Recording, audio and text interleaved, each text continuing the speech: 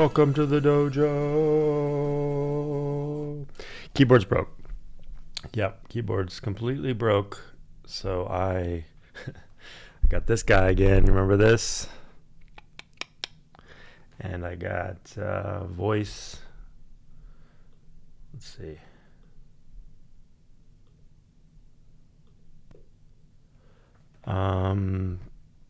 Show me turtles.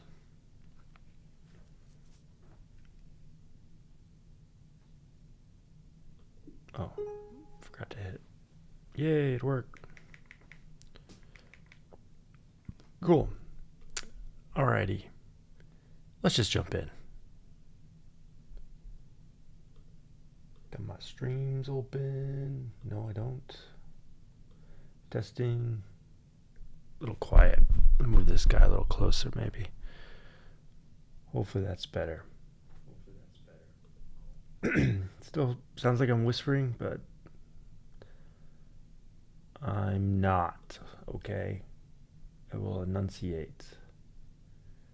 Let's see. Sorry, refresh YouTube. Make sure that one's live.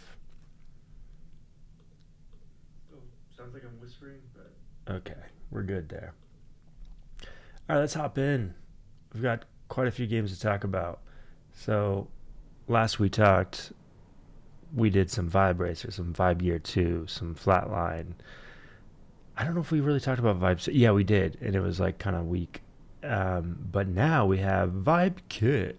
Vibe Kit is an abstraction, or here you go, reusable components and Bootstrap for Vibe-coded games and other apps. So I pulled out commonalities between all the setup of all these web games. So they all now use this library. You can too. I won't dig into the details right now, but check it out. Randroidsdojo on GitHub.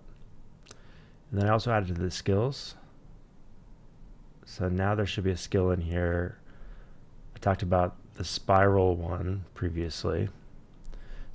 Spiral is a bootstrap and audit the structural discipline scaffold. Game design doc tree, coverage ledger, progress log, open questions, follow-ups, playtest gate. That takes a vision into a delivered system through small iterations whose state lives in Git, not the agent's head. Pairs with Randroid's loop and task tracking dots. Cross tool works with Claude code via Claude rules and codex via per directory agents. So this actually, I believe, oh, pull request, there we go. New skill. Oh, that's cool. Skill review. What? Who's this guy? I ran your skills through Tesla skill review at work and found some target improvements. Cool, dude. Rohan Tessel. Very sick. What is he improving? Skills review improvements. Average score 88%, plus 13 from 75. What are you scoring? These are my skills, but before after change doesn't tell me anything. Sorry. Tessel.io. Here's the full before and after loop. Yeah, I don't know what's improved. This PR is intentionally scoped to all 5 skills in the repo, kept reviewable. M dash. If you knew me, you wouldn't put an M dash. Kept reviewable as a single contribution. All right, here's the changes. Rewrote description with natural trigger terms, hands-off coding, automated development loops, and explicit use when clause. Condense verbose startup flow from individual subsections into a compact table. Replace pseudocode. Added setup loop.sh exit. Consolidated redundant usage examples. Honest disclosure, I work at Teslio, where we build tooling around skills like these, not a pitch, just saw room for improvement and want to contribute. Want to self-improve your skills, just point your agent, Claude, codex, etc. at the test guide. Yeah, unfortunately, it doesn't actually tell me where you got your percentages from. Is that like triggers? Is it now going to trigger automatically more often? Not too worried about that personally. It seems more like a sales pitch, an ad than anything. Let's see. Maybe I'm crazy. Is there anything? What are these? GD unit assertions. Did those move? Moved to rules, didn't they? I thought I already did that refactor. I meant to refactor that into rules. Maybe that's why it's conflicting. How old is this? March 30th. It is now May 10th. Oh, that's hilarious. I wonder if that's just for loop though.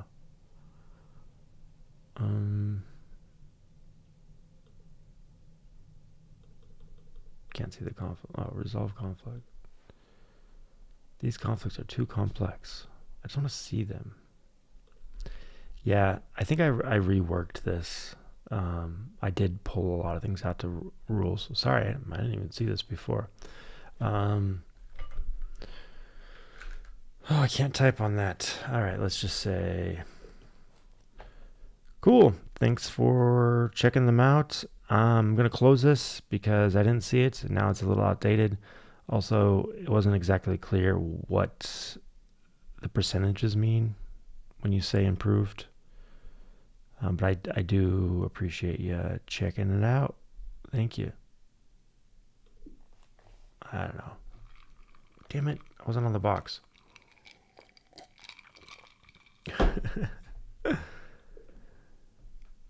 Seems like a cool test tool. I don't actually know what the percentages mean, just as improvement. I know you did note a couple concrete things, but I actually already extracted a lot of this to rules, and I didn't see your PR, so now there's a conflict. But yeah, I'm going to close this one, but I went away again. That's what's happening here.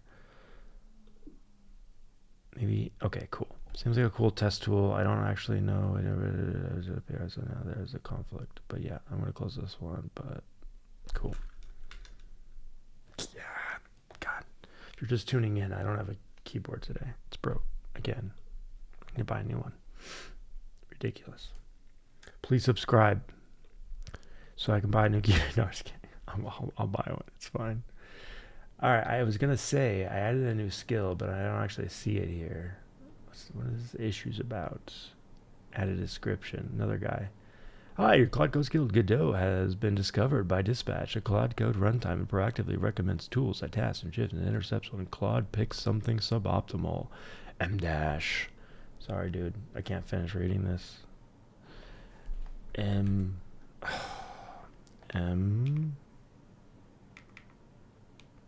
Dash.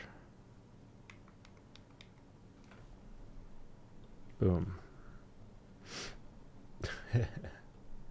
All right. Cool.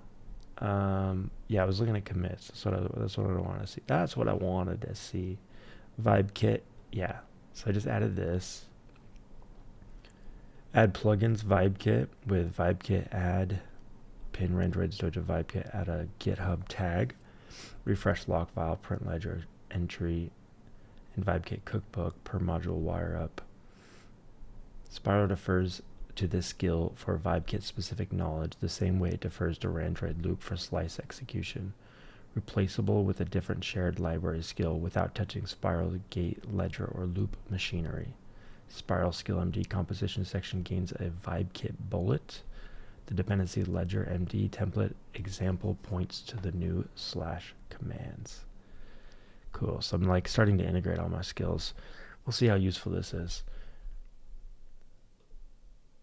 Remember I said oh, this is my included credit. Great. Okay. So I'm still just paying my $20 for Vercel, but I have a bunch of KV stores now, so I'm blowing through my credit slowly but surely. Alright, so I came here because I wanted to actually run the games. I haven't ran them in a while because I have just been vibing for my phone and having to do loops with Randroid loop skill. I did start a new game, and for whatever reason it chose, what is this? Not next. What is this one called? Vite. It chose Vite.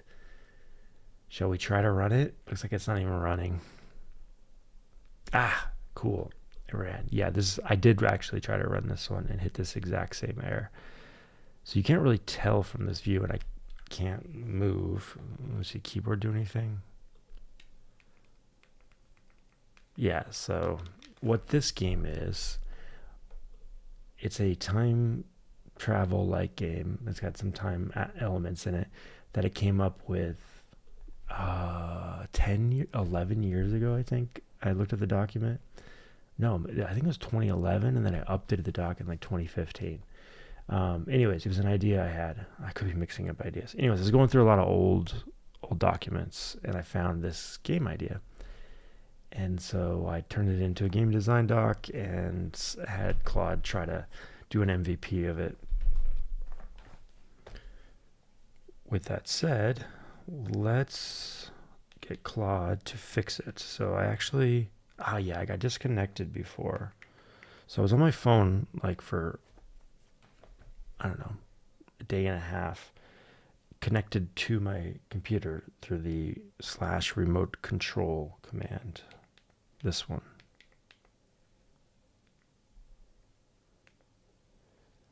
And so now I can connect with my phone. I'm not going to right now, obviously, but all right. I need to tell it I had a screenshot before. That's gone now. Oh, what am I talking about? Let's grab another one. Don't be silly. Let's use this keyboard though. Cool. So that what you're seeing in that screenshot is a dollhouse type view, kind of like Mikasa Sukasa, my other game, but very zoomed in, and you can see one of the walls and like a black door. So it's way too zoomed in, and there doesn't seem to be any way to like zoom around. So I'm going to say,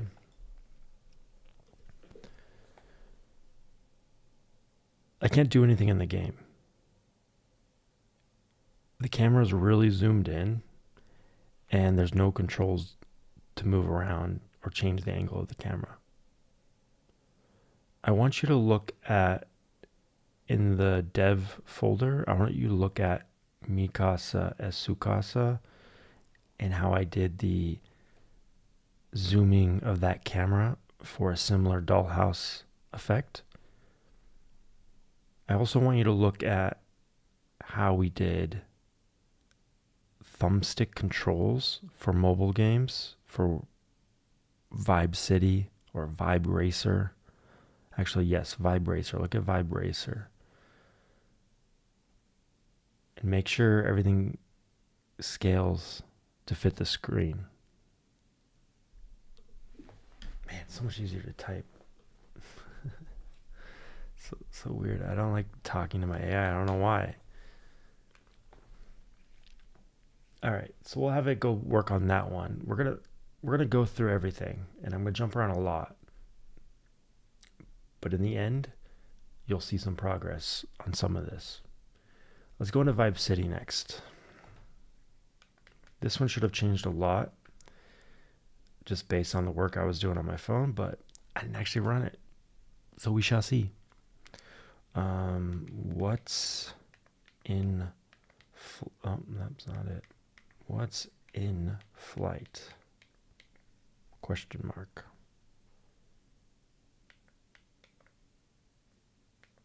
Cool. I gotta buy a new keyboard.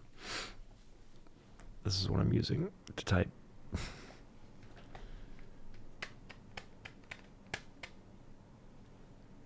All right, so while that checks, see if there's anything that was not merged yet or whatever, I'm going to go pull it up here. So this is the deployed version. Okay, so we've got a couple tracks or cities, I guess. I made it so that anyone can edit anyone else's city. That was my intention, and it was kind of broken. So let's make a new city, though. We'll call it... Let's call it test for now. Not feeling creative. All right, so this is the city editor, track editor. It actually kind of put the track editor and the city editor separate. I don't know why. Told to fix it. Tick 43, pop 0. So the game's already running right now. There's no like pause. So that makes me think we need a pause. So let's take some notes. The game should start out paused.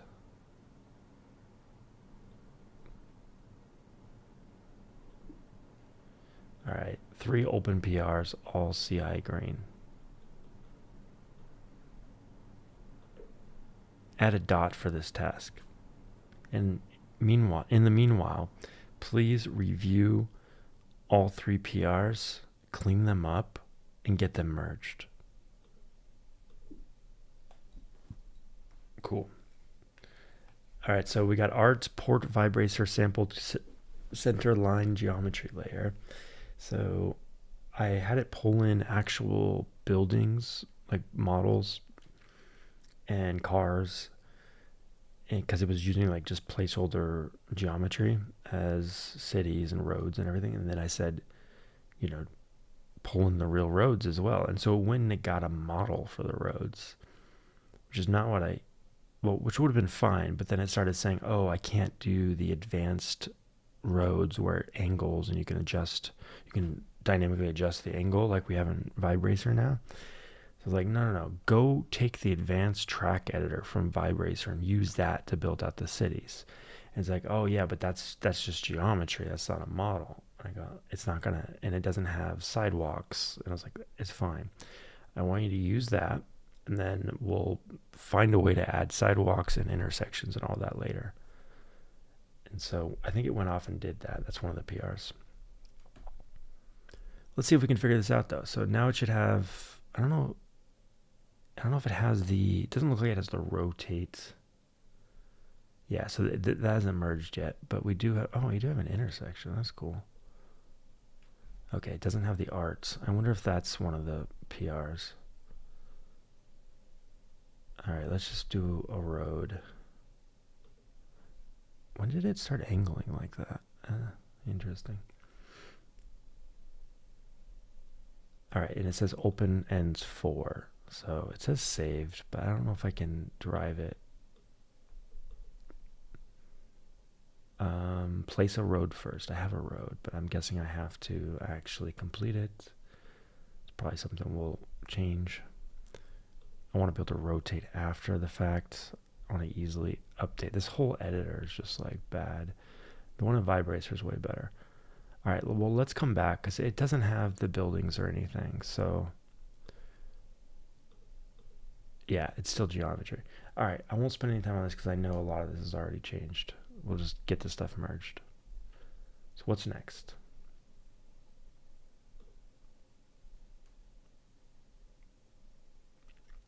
Vibe City we looked at. Flatline. Ooh, okay, this one's supposed to be much better, but still an MVP. So this is the Doom clone, first-person shooter with a billboard style art. I got the idea from a short that I watched about that mouse detective game. It's got music now. That's cool. There's like something that gives you damage if you just stand here like on the floor.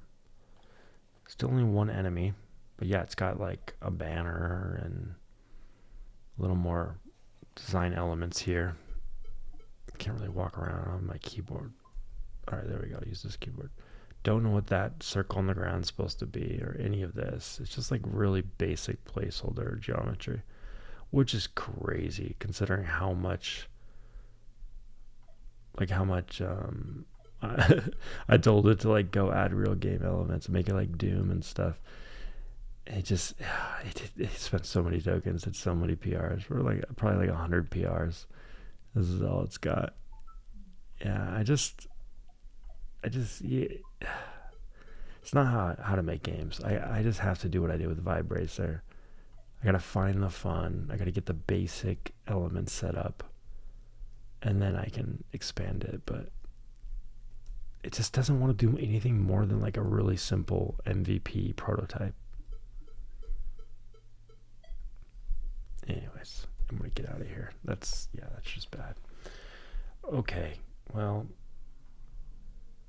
let's see if it has anything in flight.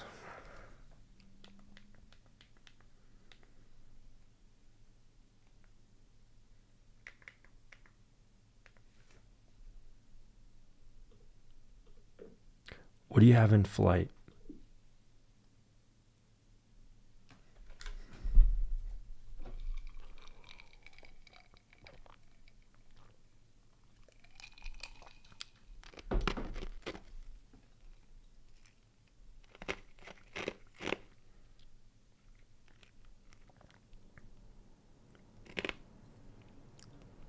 ran out of Copilot tokens for the end of the month, so I switched to the trial of CodeRabbit, but then my CodeRabbit times out like really fast.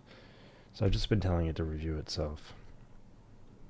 Review all PRs yourself and get them merged. Make sure everything is really clean and refactored.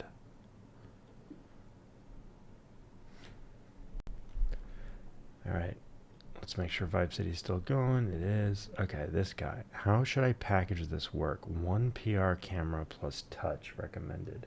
2 PRs, camera first, then touch. Yeah, just do them together. Camera projection style. Orthographic Mikasa. Perspective, but auto-framed. So this one allows frames. That's cool. You can actually see a description of it now. Always frames the 10 by 10 room regardless of aspect. Compute frustum. So let's see. Perspective, const fit distance, room diagonal. It doesn't really tell me what it does. I'll go with the Mikasa style because I don't even know what that other one would be. All right. I want to do Vibracer last. Let's go Vibe Gear now.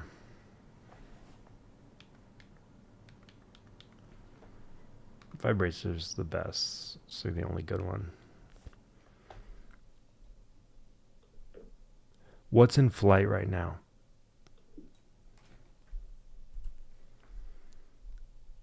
Okay, we'll go look at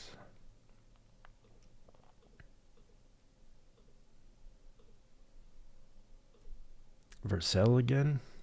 Vibe Gear 2. Yeah, reminder, this was supposed to be a Top Gear 2 clone. It's just a bunch of menus and a really crappy 2D race. Alright, so I told again I add a bunch of elements, but let's see. Does that sound? It's really quiet. It's like a hum. Alright, I got 2,000 credits, 0 out of 8 of the tours done, 1 car owned, continue Velvet Coast. I kinda wanna start over. I don't know if it has like a save or something. Could use dry or wet tires. Alright, let's go dry. Oh, I can choose rain? That's kind of weird. It's supposed to choose for me. Alright, start the race. Ooh, sorry. I'm gonna mute that. That's just terrible. So, those cars flew by. That was a thing.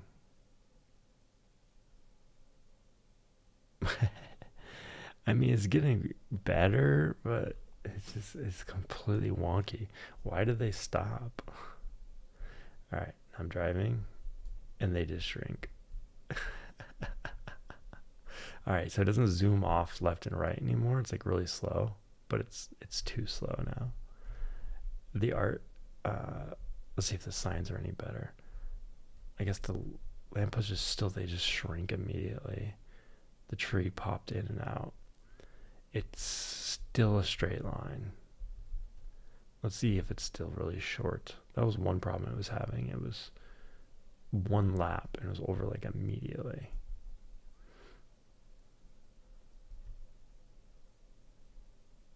Yeah, 1 lap complete. I guess we need like a finish line or something to know that. And is it actually repeating? Because I feel like it's just putting random things on the side of the road. Really bad. It's got pickups now. That was cash. 700 credits. There's supposed to be people behind me. If I slow down, do they pass me? Like I see them on the map, but they're not really there, I don't think. Oh, the lines are all screwy. What's going on there? It's kind of like stars zooming by too. You see that in the sky? There's just so much wrong with this. The pickups are respawning. That shouldn't happen.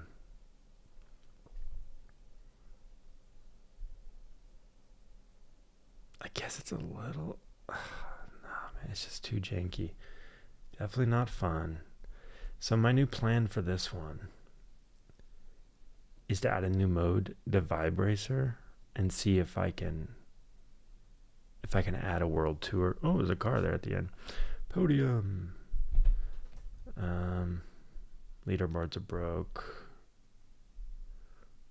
Continue tour or continue to garage. Let's check the garage. Repairs, full service. Go back. Upgrades. Can't afford anything.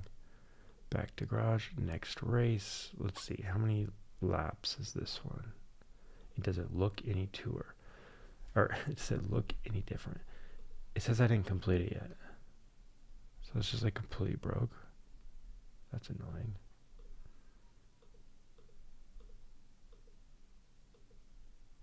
Wow. So did I lose progress?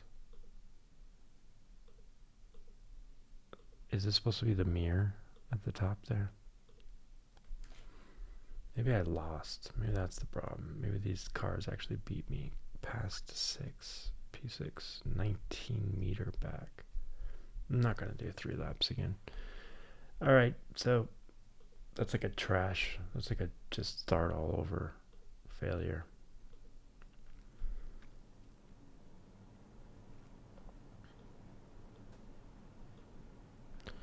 So I'm having everything use the abstracted components that I put in the vibe kit.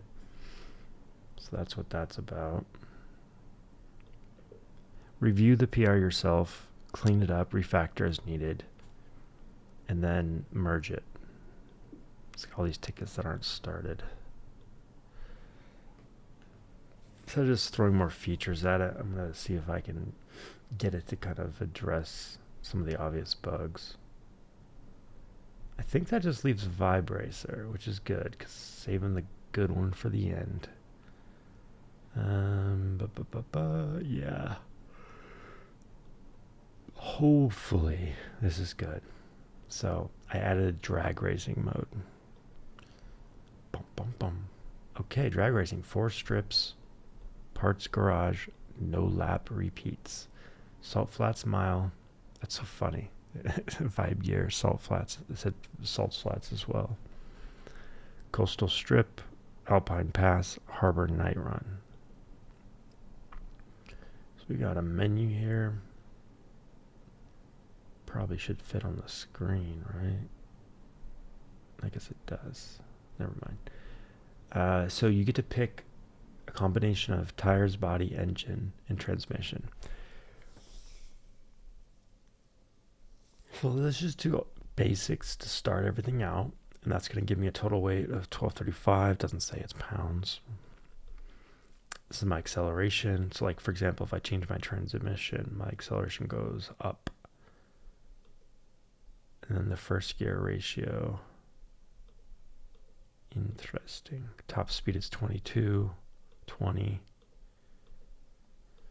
So this isn't balanced at all, but let's just take the best acceleration and top speed. Like, did that up my weight? I'm not even sure if it did. All right.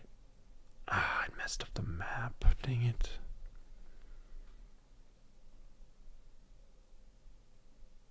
All right. Yeah, max speed is so slow. And it's not fun. We lost the fun. Oh, how long is this thing? Maybe we do have, maybe we have to force it to be manual. Can I turn? Looks like I can turn. Barely though. And it just goes off the map. Never ends. Okay. Fail. Maybe it's the map. Let's try another one.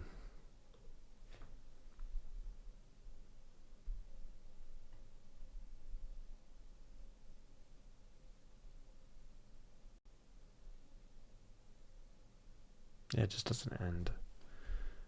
Okay. That's disappointing.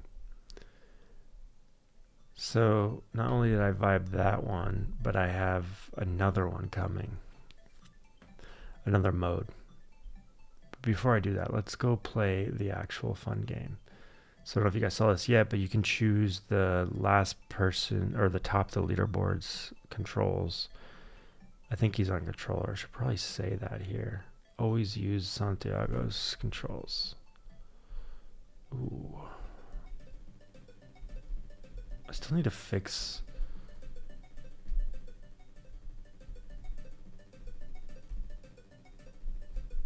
Oh no. That off-road penalties. Oh, I'm stuck. I'm literally stuck.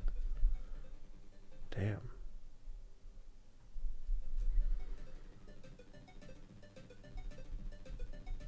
Maybe he upped the off-road penalty on purpose. So like once you go off, you're screwed. I don't know. That seems broken.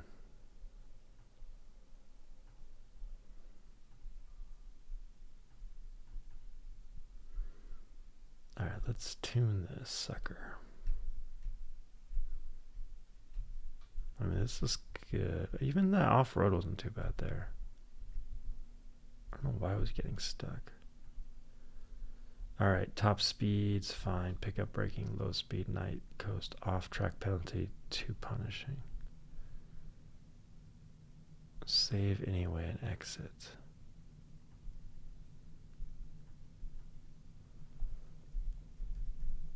Off-road. Use this setup.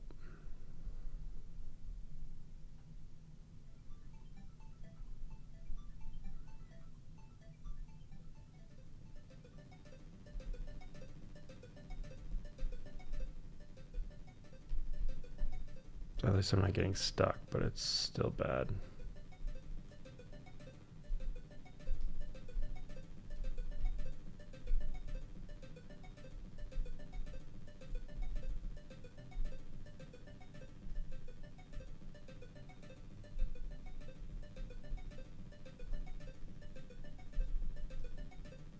All right, I'm going to beat a score right here.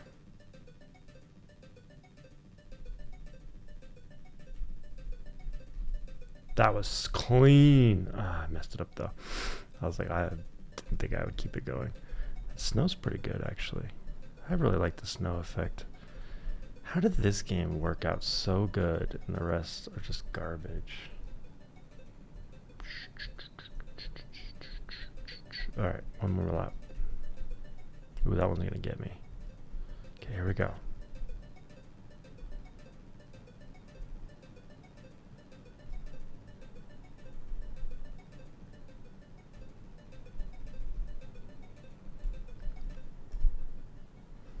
Stuck again. I wonder if there's something on this turn where it's like getting geometry's getting stuck on something. Dang. That's a... that sucks.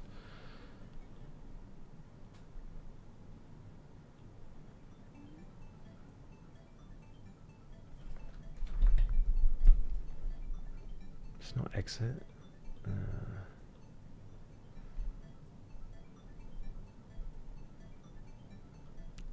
Alright. Well, some things to fix there too. Alright, this has Vibe Kit. Okay, cool. Well, let's say what was wrong with Vibe Gear. This game is awful and broken. As soon as the World Tour starts, I see all the other cars drive off ahead. They shrink a little bit, but they stop. They stop before they get to the first hill. And when I drive up to them, they shrink. And they just seem to sit there. It's freaking terrible. They're not actually racing. Fix it. No, what else is wrong with this game? Things on the side of the road, just completely wrong proportions. They get really small as you pass them. The tracks are just straight lines. There's not even a finish line, so it's really hard to tell you're even going in a circle.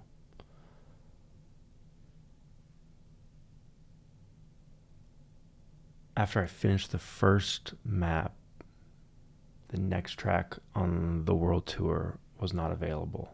It should have been opened. A bunch of just like low-hanging fruit, easy to fix stuff.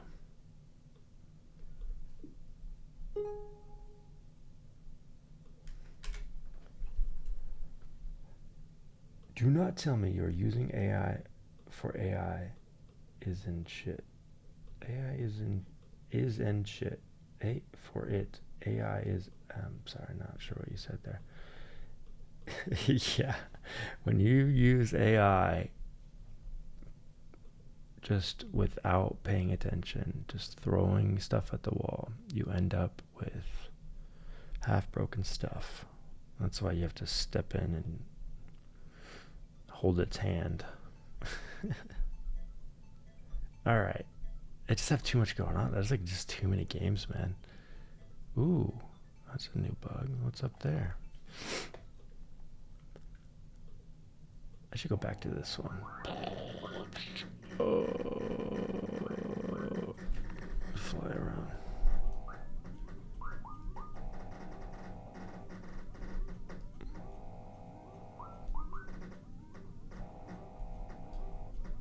This is the auto fire. This is supposed to be the prelude to the game. It just shoots. Oh, does it follow my mouse? Oh, okay, yeah, it follows my mouse. That's right. This one's fun on your phone.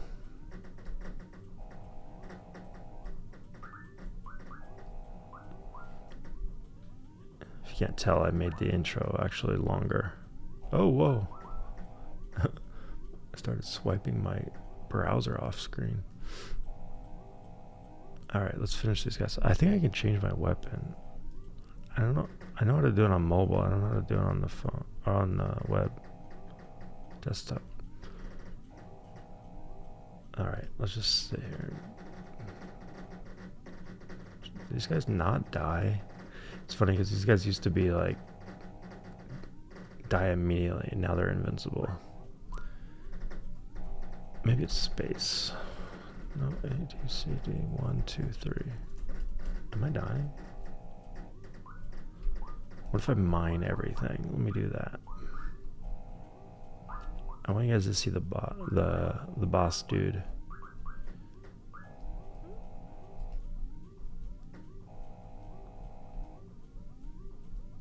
How do I switch to my blaster? Tab? No.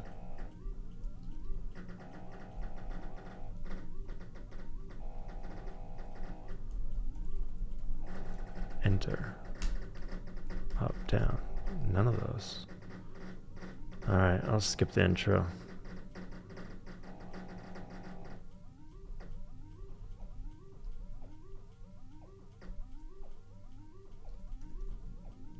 So space does the magnet.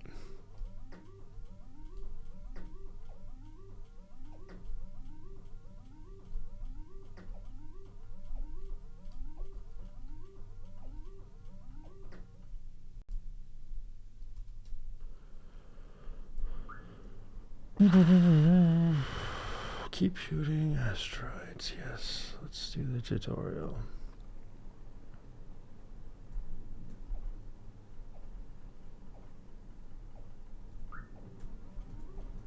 Hey, you. Get out of here. This is my territory.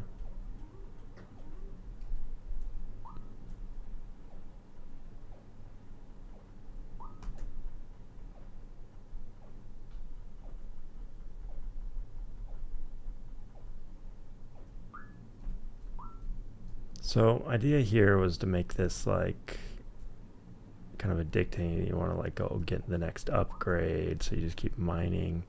Mining's not fun though. It's missing some, I don't know, there's no feel to it. Alright, so I can sell all my stuff. Great, got gold. Now I can increase my fire rate, which is good. What else can I buy though? Oh, the lasers for the purple rocks. I'll just keep doing fire rate. Cool, I maxed it out. Yeah, I don't know what you do after this. I just maxed everything out way too easily. Drive through to heal. That's the last part of the tutorial.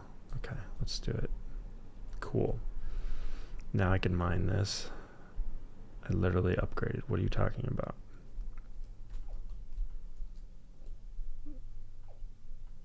Did I lose all my upgrades? No, I have it. Guess you can't buy the upgrade. It messes it up if you buy it too early, maybe. Is the fire rate any faster? It doesn't feel that much faster. I feel like I lost my upgrades.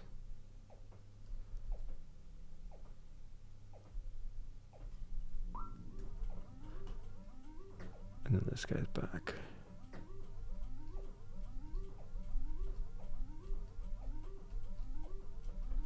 I should get a controller. I've never been a mouse and keyboard guy, especially when my keyboard's broke and I have to use my laptop. Alright. I don't know, I want to do something in space, but I like mining. That's just not it. That humming. Mute. I'll just close it. Alright. Found a major bug. Let me look at how the race page builds the race results, whether it passes Jamster. Yeah. Go ahead. Thank you. Alright, schedule wake up. But that timer was set a while ago.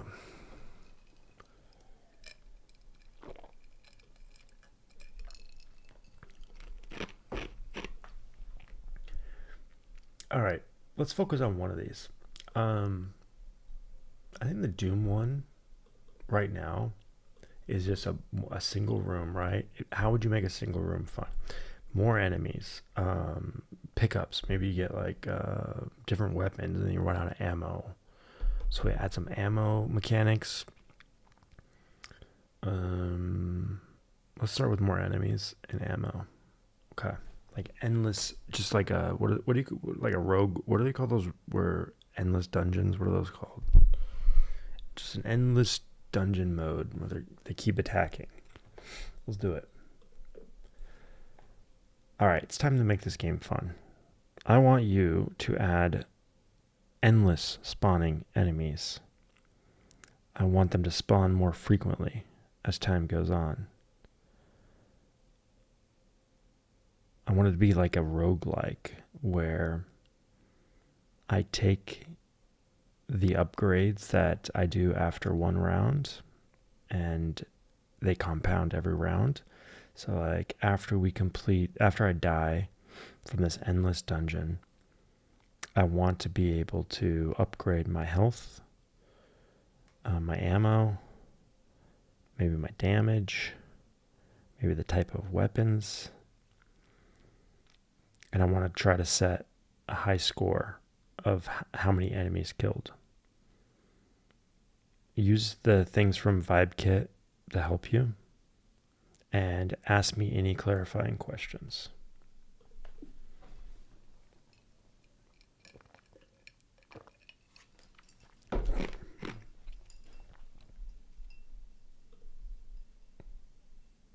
All right, and then Vibe City ship, so we can go look at that. Something tells me it's going to be just as disappointing as these other ones. Is that really the latest?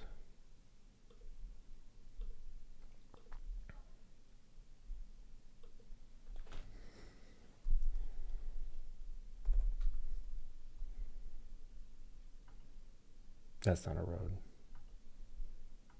That's not a building. Oh, come on, man.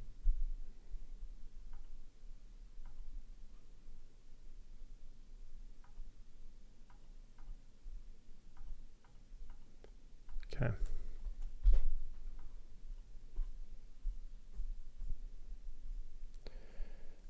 Oh, it's on this screen, that's why. Vibe City. Where's all the new art? Where's the advanced track building from Vibe City? Or Vibe Racer.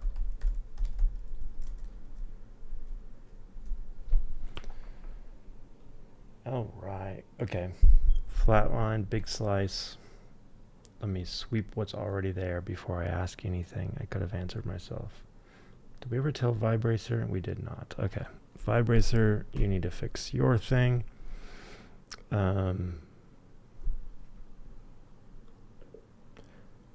First off, where did we leave off on the derby mode?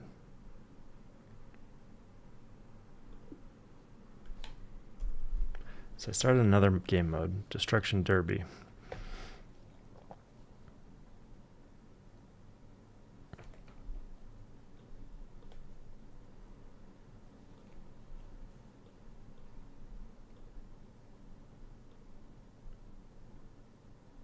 Chrome extension is not working. Well, let's fix that.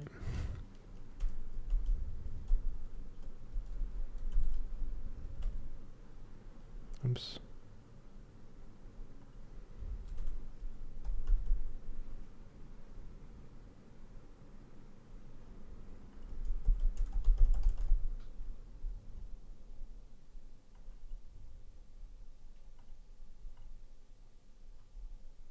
All right, should be good.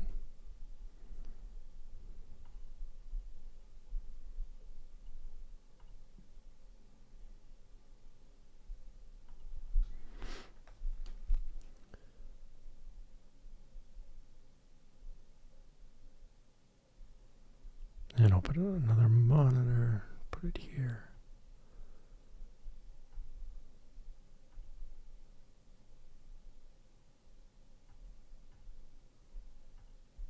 Huh. All right, so Claude, hopefully you can see how garbage this is.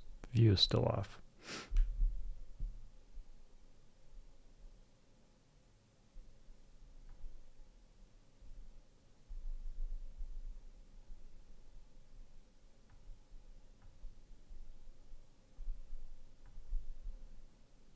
Doesn't look like it's doing anything. The room is rendering, but tiny in the lower right. Is that what you see? Yeah, I guess it is the right. Let's fix these.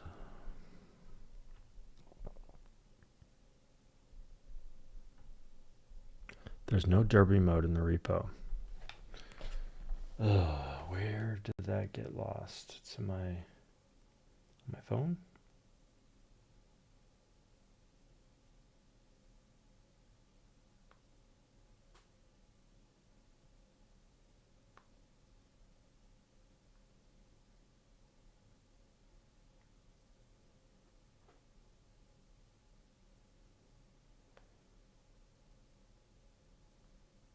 Looks like it's stuck on my phone. All right, creating a PR.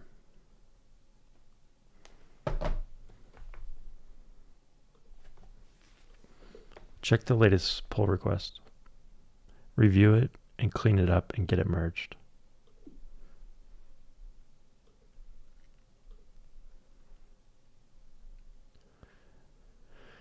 That's the ISO editor. The new art lives in two different services. Building GLBs wired only into the drive scene. The editor's ISO preview still draws flat colored slabs via piece color 4. There's already a dot tracking that gap. It explicitly recommends path B, bake top-down sprites and ship them under this. Advanced track pieces from Vibracer are only partially ported.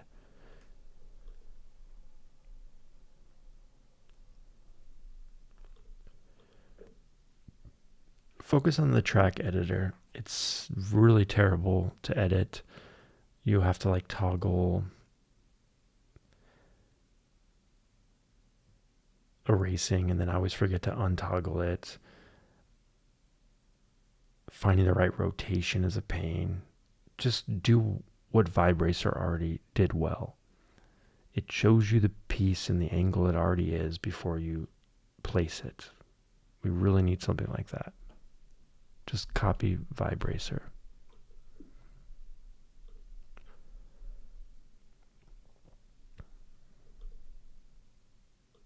What I shipped, AI renderer removed math min clamp that capped opponents at 92 pixel wide, raised the 200 meter depth goal to 800 meters. Opponents will now visibly grow as you approach. Finish line. Added the missing checkered band. The colors were already defined. Nothing was reading them. Tour resume. Enter tour was unconditionally resetting race index 0. Now it preserves an in-progress active tour for the same tour. What I didn't fix and why. AI cars stopped before the first hill. I think this is mostly perception caused by the 92 pixel clamp. You can't tell a car is moving away if it never grows visually. I didn't touch AI logic. If after this PR opponent still stop, that's a real physics bug. Tracks are just straight lines. Track JSONs have authored curve values. The projector reads them as segment projector and applies them. I think this is also perception, but I'd want a browser confirmation before tuning curved magnitude. Roadside scenery has wrong proportions. One investigator flagged a 2 times formula error, but the formula isn't actually inverted, so I'm skeptical. Needs in browser. Use the Claude browser plugin to check for yourself, and you'll see the issues.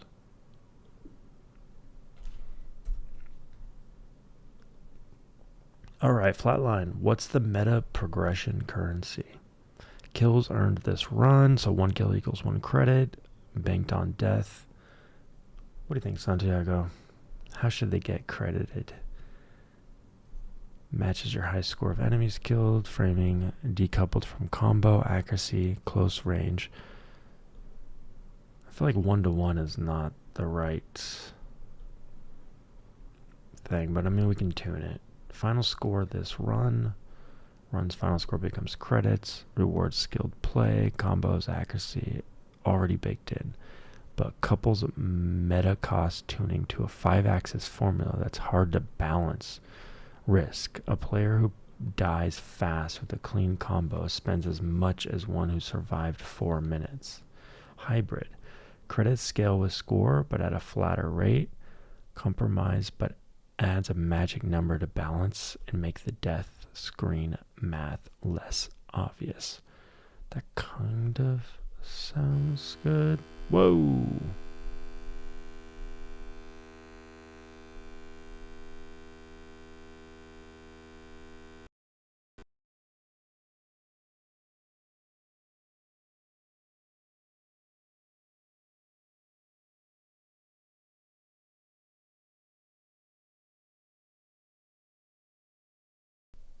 Guess I had my sound off, so you guys can't even hear that, but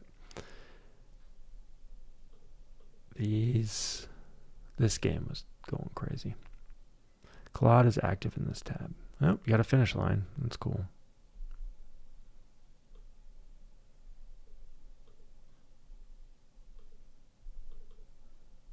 Car still stopped, but I guess it didn't push that fix yet.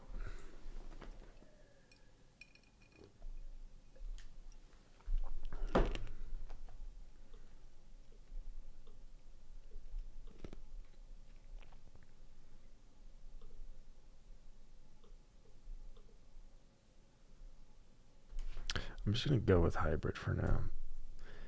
Alright, what can the player upgrade? Stats, tier, max HP, starting ammo, weapon damage, move speed. Yes. Unlock weapons. Start with extras at run start. Today all 3 weapons exist and are picked up and run. I haven't seen any pickups. I think that's broken. This would mean either gating boomstick, ink blaster. Oh yeah, sorry, the stream's like 30 seconds behind on YouTube. If you go on Twitch, it's much faster, but I saw your message now.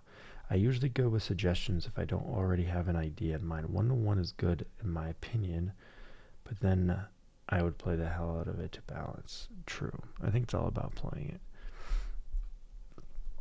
We'll do 1-to-1 to start then. Unlock weapons.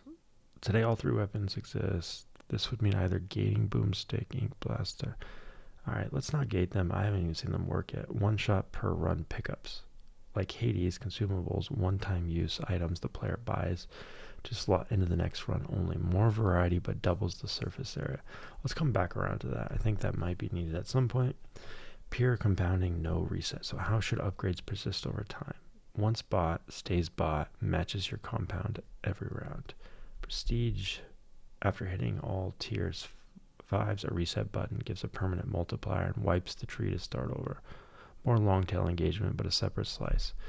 We'll start with the basics. Where does the player spend credits? Inline on the death run summary screen. Upgrade buttons appear. Yeah. Sounds good. Let's see if it found the issues with the Vibe gear. I can see the race is running. Issues confirmed. Finish line is too thick. Yep. Roadside totem pole at the horizon. Sprites don't shrink properly with distance. AI cars are visible ahead of players, so the size cap fix is working. Oh wait, they disappeared. Alright, restart it. See what happens. They still stop though.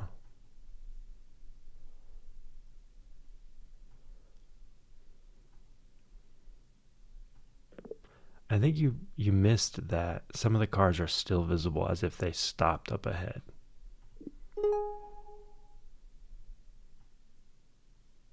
Find your shortcut to one of the buttons on your mouse so you can flow even faster. I don't have buttons on my mouse. I need a trackpad.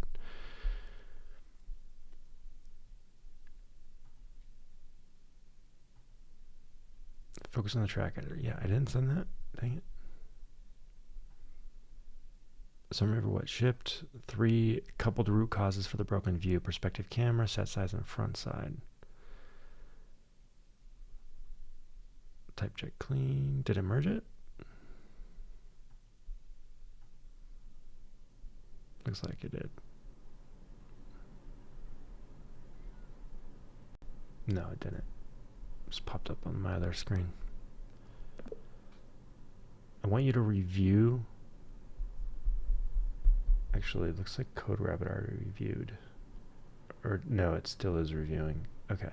Wait for CodeRabbit's review, but also do your own. Clean up and refactor. And let's get this thing merged as soon as everything looks good.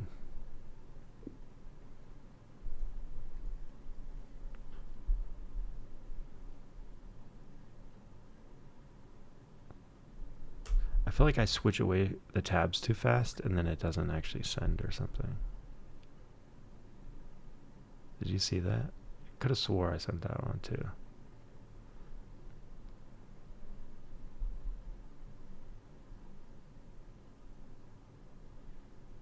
Santi, you moved over to Twitch. It's weird, I can't see. I guess I can. 2 on YouTube, 2 on Twitch. What's up, watchers? What do I call you guys? Bots?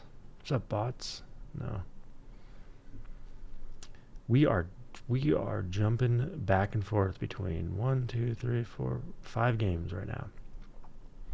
We're gonna find the fun in these different games.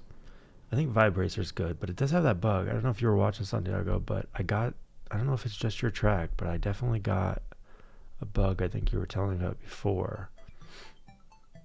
Where, is it this one? That's Vibe City.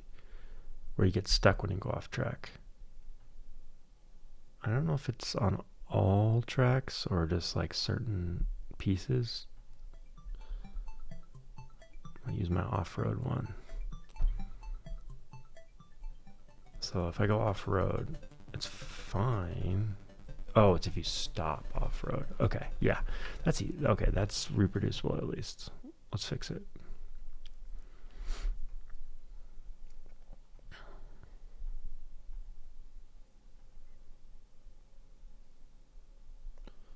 No duplicate tab. Sad.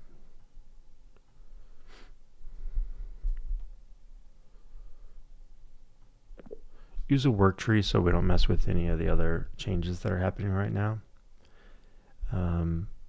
We need to fix a bug. So if you go off-road and you stop to 0, your speed gets to 0, then you get stuck. That should not happen. You should never get stuck off-road. You should be able to accelerate enough to get back on the road.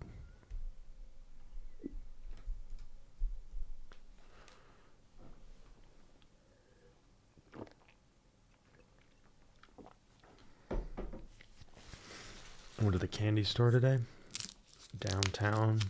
This nice little City. I had Cinco de Mayo celebration, and I got me some taffy, and I don't know what flavor it is. It's kind of like the Harry Potter candy. I know that one of the green ones is pickle flavored. I suspect this is cinnamon because I got the most of flavor I got was cinnamon because it's my favorite. So we shall see. Yeah, cinnamon.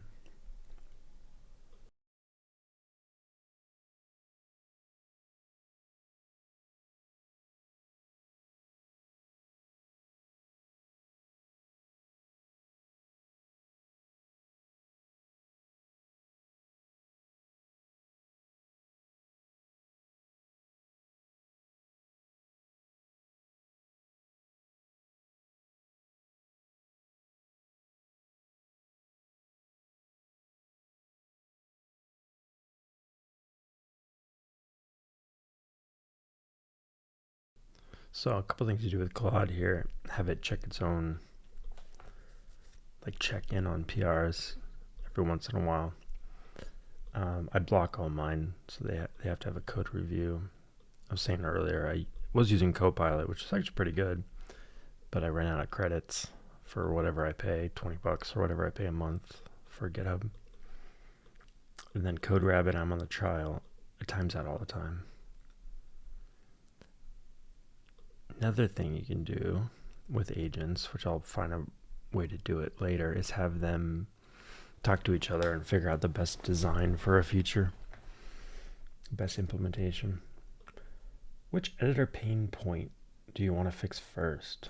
All right, we're talking Vibe City, right? Yep. Rotation cycle on retap, R key. That doesn't really. Oh, I'll retap if it's mobile. Okay. Is that what we did in Vibracer? You just keep tapping it to rotate? I think that's right. Kill the eraser toggle, replace the eraser mode with implicit erase.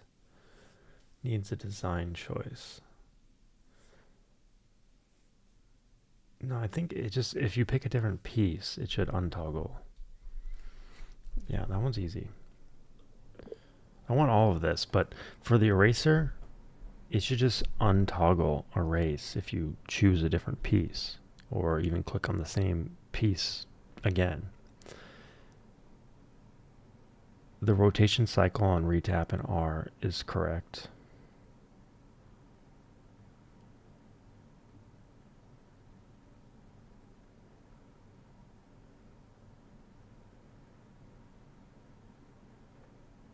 We should render the ghost piece so you know what it looks like when you're placing it, just like Vibracer.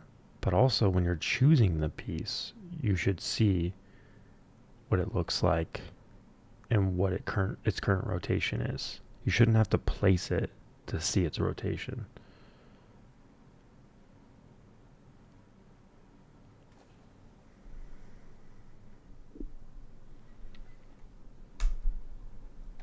How should erase work after we kill the toggle? I just said that. Click occupied cell with any piece tool erases. Yeah. Wait, click any occupied piece tool. Place tool only places on empty cells.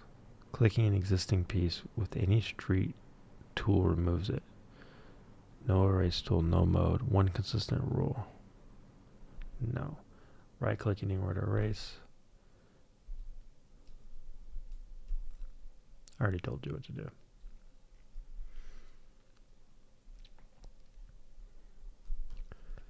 Flatline, where we at? Verifying push. Some history. So as part of this spiral framework that I have, it records decisions and stuff that it makes. Bunch of docs it updates. Its progress, follow-ups, how much left from the game design needs to be covered. Vibe Gear 2. Now is the full fixed bundle pushed commits. AI render, finish line, roadside tour. What I confirmed in the browser. AI cars now render a proper projected size as they get closer. What I could not verify in the browser, the cars stop ahead, claim background tab RAF, throttling kept the race loop pinned at tick 0, so I never got AI cars moving over a long enough window to assert. From code reading, AI throttle is 1 whenever speed is less than target speed. What is hysteresis?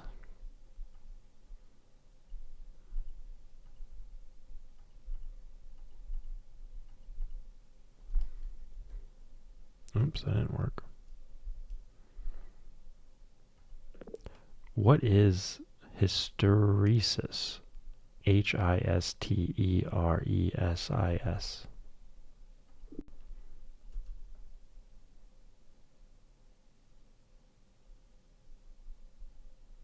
A deadband, a small range around a target where you don't react to the difference. It prevents oscillation when you hover near the target. Without it, an AI at exactly the target speed would flicker every tick. A tiny hover brake, tiny under throttle, tiny over brake. The band makes the controller commit to close enough instead of fighting itself frame by frame. Same idea as a thermostat that won't kick the heater on for 0.1 F dip. So in the AI's case, speed within speed hysteresis, I don't even want to say that, meters per second of target, no aggressive correction, just gentle proportional throttle. In the AI code, if speed is greater than AI tuning, speed hysteresis, throttle equals 1, too slow, full throttle. Else if speed error. Are you trying to say that if I'm not moving, then they stop moving? Because that's what I'm seeing, essentially. I don't think that's what you intend. It should be pretty obvious to see. If you go to the game right now, I haven't moved, and there's visibly cars in front of me, even though the game is still running.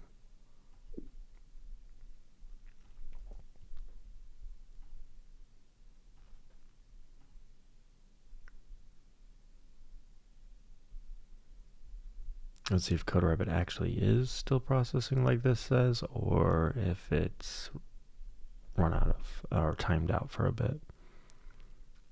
Where's the PR? Here it is.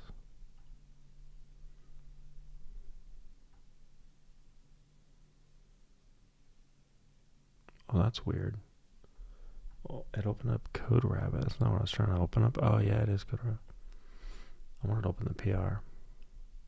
All right. It's approved. Okay. Never mind then.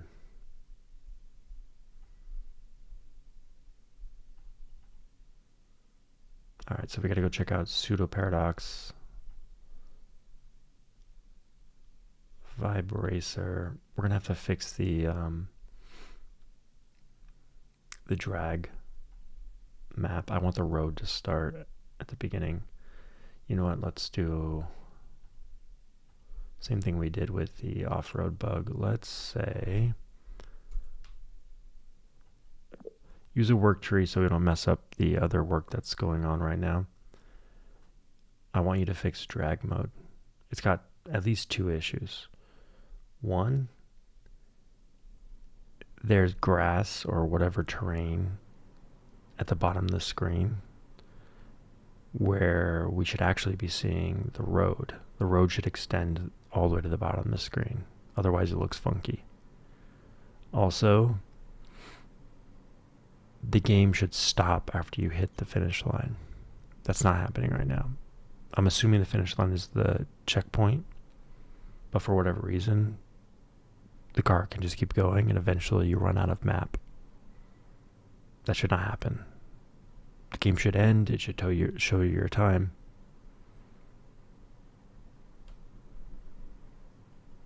We also need to work on max speed. I feel like the speed is just way too slow. But I need to figure out the fun element of it. I think maybe forcing in that game mode to use manual transmission, which we already have in the game. It's harder, obviously, but for a drag race, it feels like that's what you would want. Put some skill behind it, you know. You're not just holding up the whole time. There is actually supposed to be a launch penalty if you launch before green or whatever, before it's go. I didn't really feel that when I played it though. We can try it.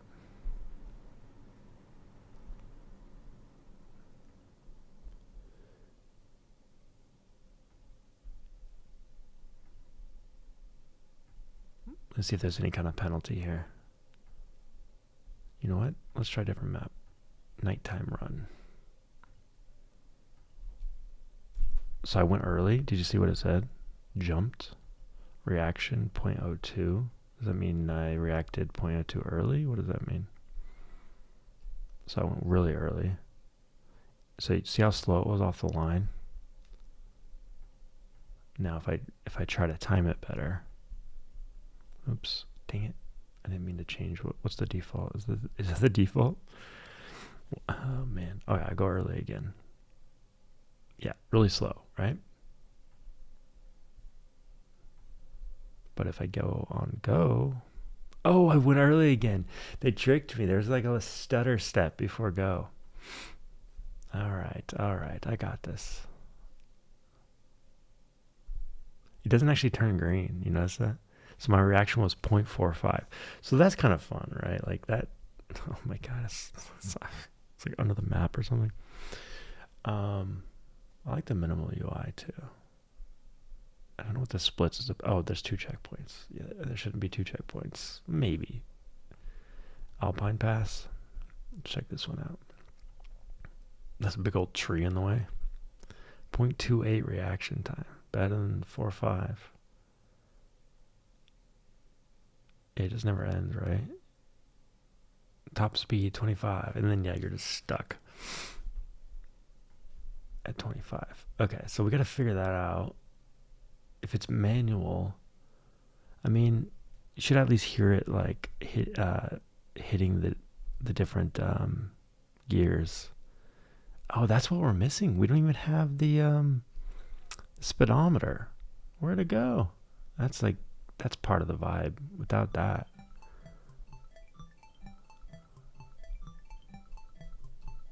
see, boom, and then you let off, and then I think it gets to the floor too fast, honestly. But let me put in let's put in manual mode real quick. Sorry, I went to the wrong menu. Where is it? Tuning, no, settings. Vehicle, I'm gonna go red, by the way. Headlights on, yes please. It's not under camera, it's not under vehicle. It must be controls then. There it is. Alright. I don't even know what the control, I think there's like Z, what was it?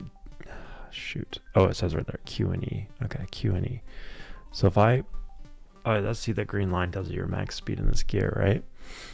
And then I hit E, and now my max speed goes there. I feel like it's too linear.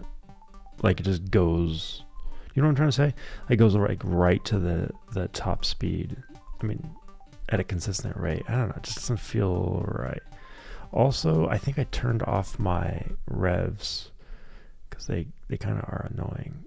Audio. Yeah, I totally turned off sound effects, but also the music is annoying, so I'm going to turn this on.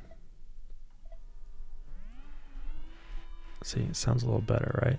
But then it maxes out. It's like an alien sound. Let's try the other sounds. Warm. Oh, there we go. Oops. I went up too fast. That's better, right? But like, yeah, it's just too linear. Like when I hit the grass, it actually sounded cool. I guess I could let off, but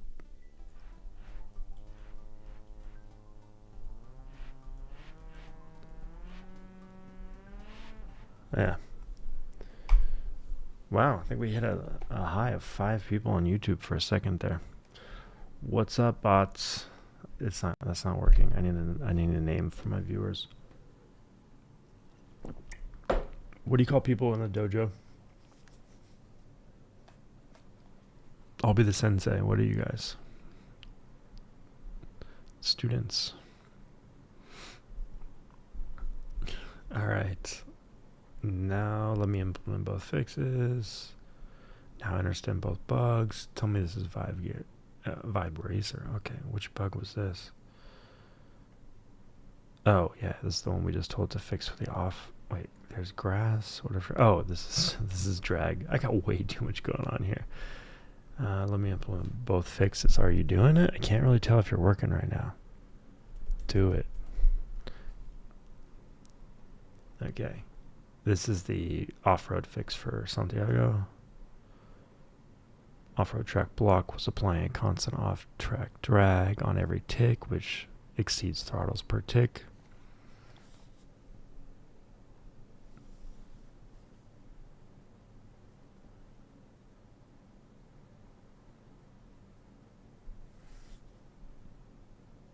Cool. Added more physics tests for it as well. Not committed. Yep. Do 2 rounds of review and cleanup, then commit and open a PR. Great. I think this one's stuck. I don't see any tokens going up or anything. That one's still waiting for Code Rabbit, which is totally going to time me out one of these minutes.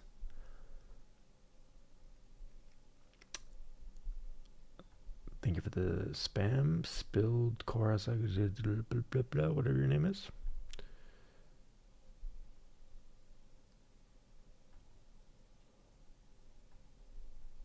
Damn it, I clicked your link. I didn't mean to do that. Whatever. Pseudo. Okay, where are we at with this guy? PR was merged. Okay, well, let's check it out. We're going to check Pseudo and all the other stuff that was merged. And then we'll do another round. So Pseudo was completely broken, couldn't visualize anything, right? Okay, there. It's a room. Now we have a room. And oh, that did not look right. What was that falling through the floor? Did you guys see that? Ooh.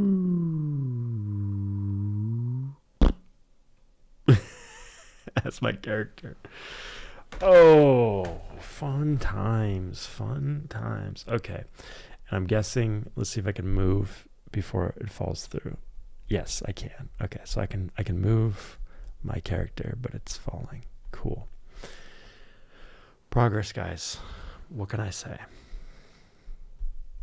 That's just bad. That's just so bad. All right.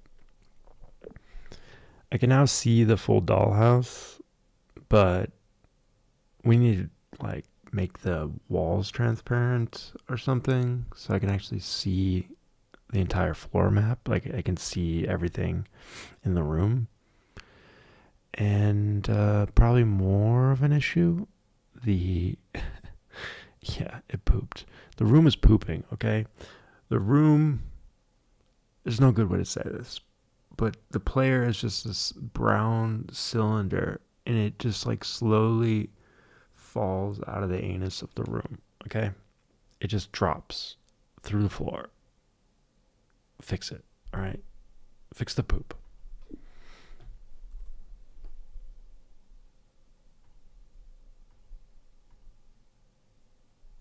I'm going to stop this one. I don't know what it's doing. Okay, it was doing something, but wasn't telling me. 19 out of 19 physics test. Here's the PR. Keeps opening in the other browser.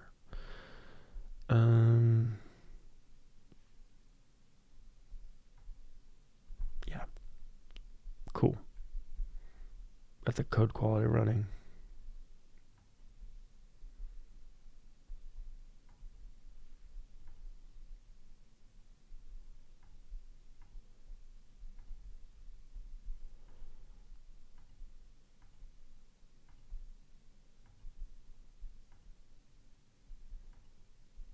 All right, Vibe Gear. Where are you at? Fair call out. Let me actually verify in the browser instead of speculating, please. I'll let the race run long enough for it. RAF to advance and snapshot AI state. I don't know what RAF is. I keep saying that. If type window not equal to undefined, window as unknown, VG session type of blah, blah, blah. You're right, and I should be direct. I can't reproduce what you're seeing because Chrome throttles request animation frame. RAF is request animation frame. To roughly nothing in this background MCP control tab. The tick counter never advances past 0 from my side. So the race I've been watching was frozen on the starting grid the whole time. The cars in front of you in your browser with the timer still running are something I cannot see. But here's what I can tell you from the code. An AI car with status equals racing calls the controller, which sets throttle 1 whenever AI car speed is less than target speed minus that word I can't pronounce.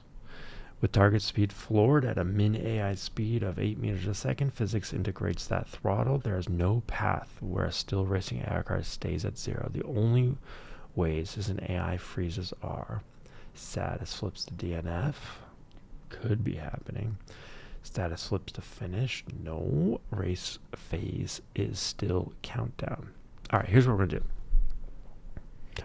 Wait, most likely cause given that you're seeing the AI cars are actually R and DNF state. I want to add a debug. I was just gonna say, add some debug in your real browser to confirm what would take 5 minutes.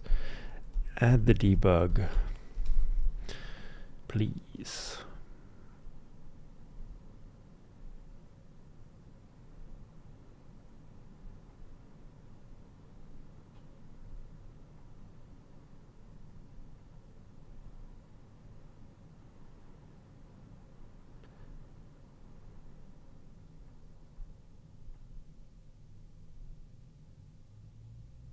Okay, this is the drag race fix. Try to figure out what this was.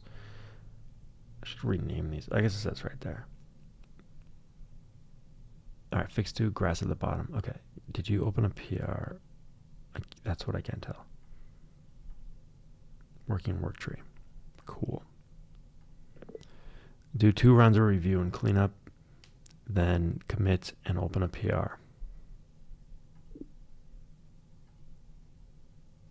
Round 1 got an M dash. How dare you. And trimmed verbose phrasing. Round 2 independent review confirmed correctness across all independent combinations. Forward, reverse, partial, throttle, braking, handbrake, coasting, high-speed entry. Preserved high-speed bleed down to the cap and verified the diff. Off-road, stuck at 0. Commits, PR. Full sweet green.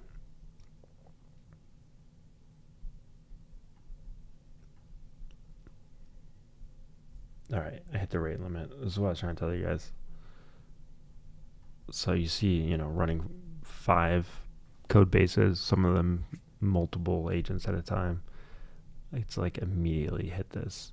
Like the timeout's only 3 minutes left, but it's just too consistently timed out when I need to. I mean, it's fine when I have it doing randroid loops, overnight, because it will just keep waiting and eventually it'll be ready. But I don't want to wait for that. So CodeRabbit is timed out. Just do your own review and merge this when ready.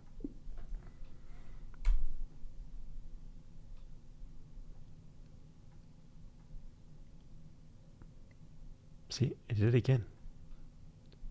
I wonder if it's me. You know what? You guys tell me, you're watching. Am I not hitting enter after I speak? Because I have to hit the red to stop, and then I have to hit enter too. I think I'm just forgetting to hit enter.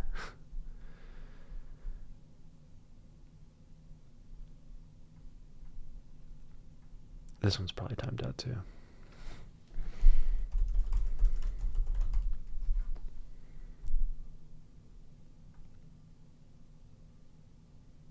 The player is standing on the floor now. Centered, brown, cylinder, visible. Let me confirm the Y position is stable. That's not Chrome. Hey! There's our little poop. Walking away.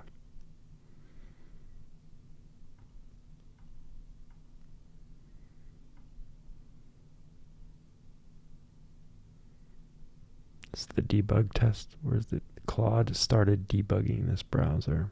Cool. Right there. This is what I'm trying to get it to see.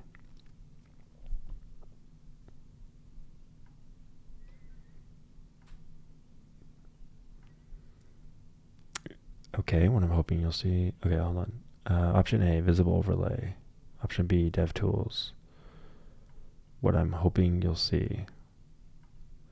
Sorry, which one did you do?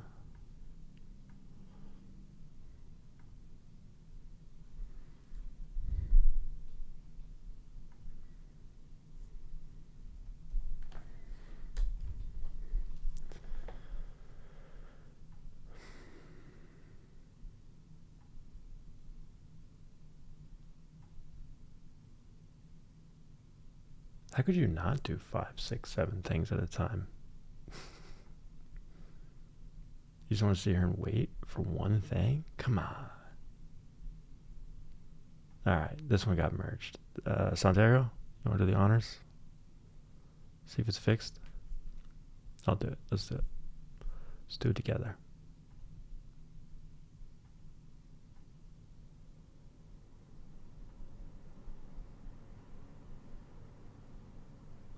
Hey, Derby's there. Oh my god, I'm so excited to see how bad this is. Gotta get my controller. Yeah, see if you can break it. Hopefully it's good now, but I'll give it a shot with my off-road tuning. Oh, I forgot I was on manual.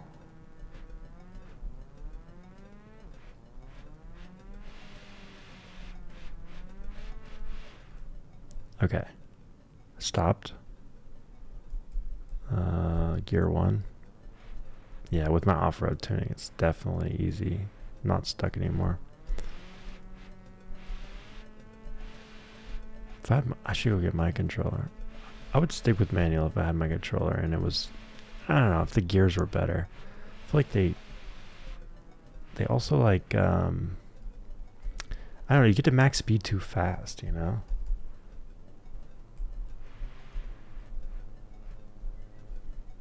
Yeah, it's not there. You know what? I'll fix it. Let's fix manual while we're here.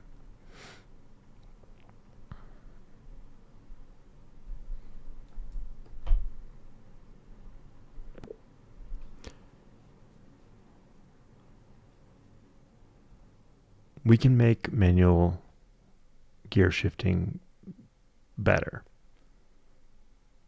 Couple things that feel a bit off about it. I want you to do research though to really back this up. But it feels like it's too linear. It gets to the top speed of the gear that you select like within a second every time. And for that matter, it gets to top speed way too quickly. So automatic or manual, I feel like we just get to top speed way too fast. It's especially noticeable in the sound effects. That's not how a real car works. I think the ratios are wrong. Can you do some research on this and make it more realistic? It can still be arcadey, but it just needs to be enhanced to be more fun, more dynamic.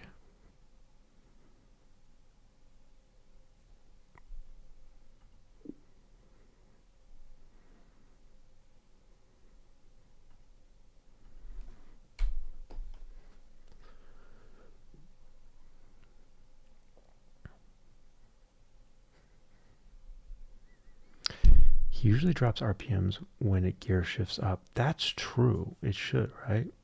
Whether it's manual or whatever. So it kind of changes in that way that it grips the ground in acceleration.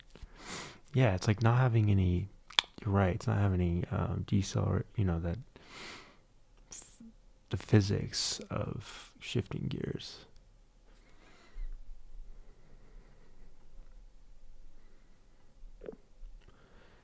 Shouldn't it lose a little acceleration when shifting gears as well? Shouldn't you feel the physics of the car, like the weight shifting a bit? And I also want you, when you do find possible solutions, implementations, I want you to have a committee of 3 different sub-agents, and I want them to debate whether the solutions solve the real problems.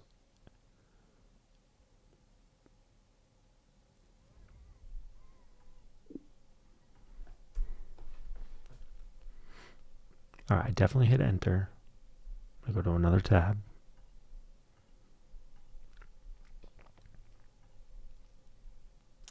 To review passes applied before commit. PR. Let's see if Code Rabbit's running now. Nope, rate limit. Voice is whispering. Or whistling. Sorry.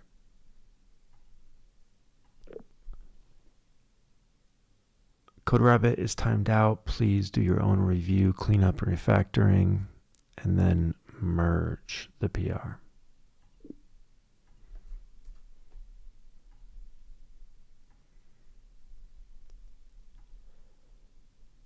Alrighty, waiting for Code Rabbit on this one too. Sometimes you know what I'm missing? I'm missing, this is just a setup problem. I'm gonna fix it. I'll show you what I'm saying. Let's update the Claude status bar, whatever it's called, in the global Claude configs. Make sure it includes a link to any open PRs. Also, abbreviate the model so more things fit on screen.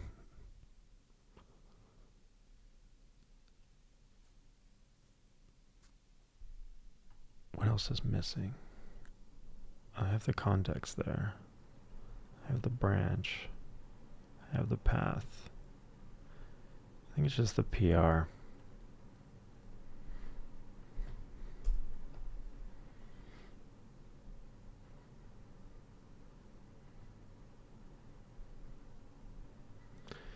All right. Yes, exactly right. Real cars have torque interruption during shifts. Clutch disengages 150 to 300 milliseconds with no power to wheels. You feel it as brief deceleration and weight transfer as the chassis pitches forward when you lift, then settles back when power re-engages. Without that, shifts feel like a number changing on a spreadsheet rather than a mechanical event. Let me lock down the proposal set, then run the committee. Proposed solution says 5 slices. Power curve acceleration times 1 minus v over v max to the power of 1.6. Replaces flat acceleration, adds light v squared drag. Time to 95% top speed roughly triples. Hell yeah. This is going to completely change the feel of the game.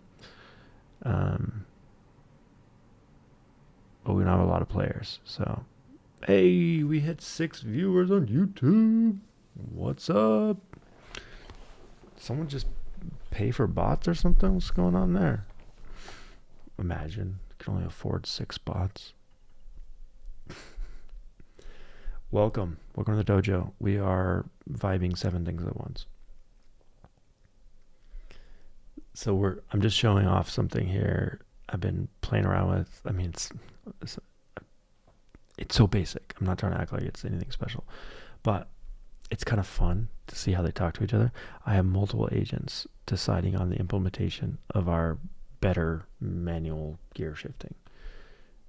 All right, all 3 agreed. You guys aren't supposed to agree. You're supposed to argue, okay? What good is a jury if they're always innocent? Slice 2 RPM audio is the biggest win for the lowest cost. Ship it first. I didn't even look at what the other slices were. RPM based audio. Pitch driven by simulated RPM. Lerp the idle red line and gear progress together. Cool. Not raw speed. Pitch drops on upshifts. Climbs through gear. Peaks near red line. Yeah, that's going to fix the annoying sound effects, I think. Geometric gear ratios and torque curve respace to approximately 0.2, 0.345. So these are the new gear ratios. Cool. Within each gear. Acceleration peaks 60% through, then tapers toward red line. Auto shift logic. Does this sound right? Do you guys know your vehicle math? Your engines? Sounds right to me. What was that guy saying earlier? AI is in and shit. This is what he said. I'm gonna name and shame you. I'm just kidding. You can be wrong. It's fine. He said, "Do not tell me you are using AI, for AI isn't shit." Maybe he's trying to say it ain't shit. AI ain't shit. Isn't shit. No, AI sucks. We all know that. It's fine. It's all slop, guys. It's all slop. Welcome to the Slop Fest. Exhaust pop SFX on upshift. Arcade. Iconic. The car shifted cue. Sound effects. Okay. Red line. Color shift on speedometer plus small gear number. Indicator arcade plus skeptic. Not sure what they mean by skeptic. Makes the new physics legible without a full tachometer. Cool. Light engine braking off throttle. Sim. Negative acceleration scaled with RPM. All right, so they all agreed to do the audio first. That's cool. Shift feel. Trim slice 5. Torque cut at 50%. Small camera bob. Oh yeah, camera bob. I'm liking that. Downshift blip. Why? Adds the weight shift the user asked for. Exactly. All right, acceleration curve, reshape slice 1, piecewise, near linear, early, then 4 taper target. Okay, fixes top speed too fast without killing the launch. Perfect. Geometric ratios, slice 3 minus per gear torque curves ratios. Cheap once curve is in, drop per gear shaping. Smart auto, slice 4 with throttle kickdown. Lets auto players hear the audio work. Drop per gear torque peaks, full chassis pitch axis, invisible without attack, 3D camera, not worth it. So they're not going to do this one. Per gear torque peaks, full chassis pitch axis, invisible without attack, or 3D camera. So they're not going to actually pitch the vehicle. I am not getting stuck anymore, so it seems good. Also, I beat your top speed. Oh, you beat my top speed? I didn't even know we were measuring that, or competing on that. Did you mean top score or literally top speed? See, I see. We have best is 31 session. What does opt mean? Record. Oh, that's cool. Gold, silver.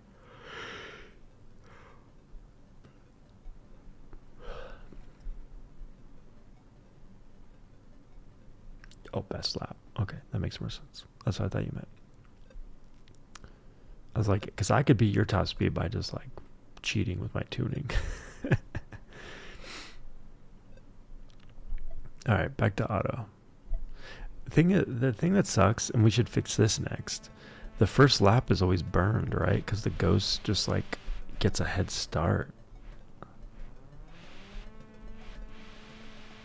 It's not a head start. It's just that your fastest lap is always going to be from full speed from the previous lap. You know what I mean? I don't know. I guess that's the thing. In F1, it's not like your fastest lap's on your first go around from start. So I guess it's normal.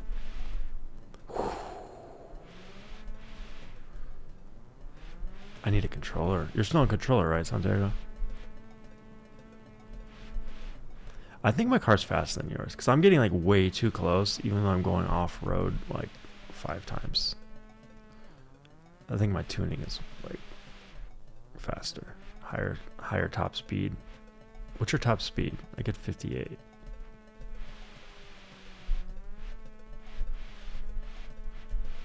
Come on. Oh, I should have let off. I had it. Come on, come on, come on. Oh, you slowed down there? Oh no, you were giving me a chance. I freaking 58. Okay. All right, now it's on. I didn't realize you in your perfect lap you stopped. It looked like your racing line didn't actually go out of bounds. I wonder what happened there. Maybe you let off. I always forget to let off there. So annoying.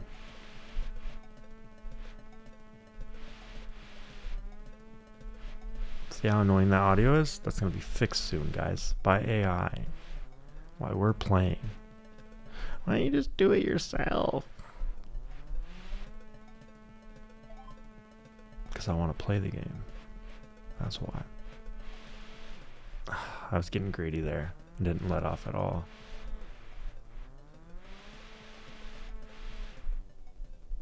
If you guys want to play, this is vibe-racer-3.vercel.app. 3 spelled out. THREE. This is the one. Following your line exactly.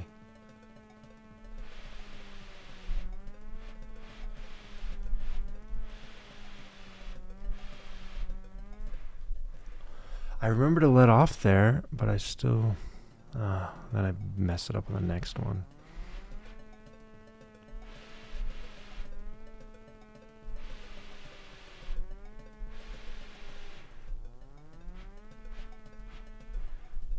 I tried to go too wide there.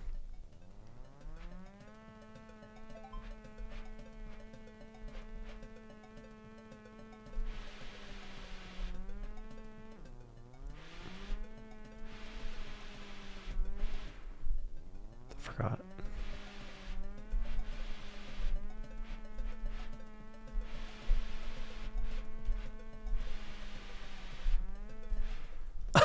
Every time I see you stop there, I'm like, yeah, I got him, and then I just completely fucking flop. Ugh. I hate keyboard. I tried to order a Steam controller, the new one, but bots got the first one, scalpers, the first batch, and then I saw an article about they're gonna do it differently now, where we got restrictions on who can buy it, and also there's a waiting list now, so it's like first come first serve. Oh, it's getting nighttime. That's cool. You got the time progression turned on. And it's like, yeah, 10 a.m. tomorrow morning, you can, reserve your spot in line, and then you have 3 days to buy it. And I didn't remember until like 5 o'clock or something. So who knows? I could just use an Xbox controller, but I want to use the Steam controller for my ROG Ally. New record. It just got harder. Oh, are you kidding me? So let me refresh to see your new ghost. Right off the line. Straight line that time. Okay, there's no wobble in your line anymore. Like, those are like perfect lines. What is happening? Oh, I didn't turn. Okay, there's a wobble. There's some wobble. I can make that up. I don't think I have a chance. I'm losing in my own game.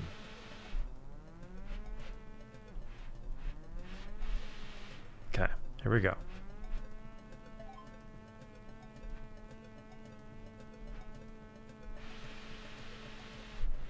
I thought I could do it without slowing down. I thought wrong.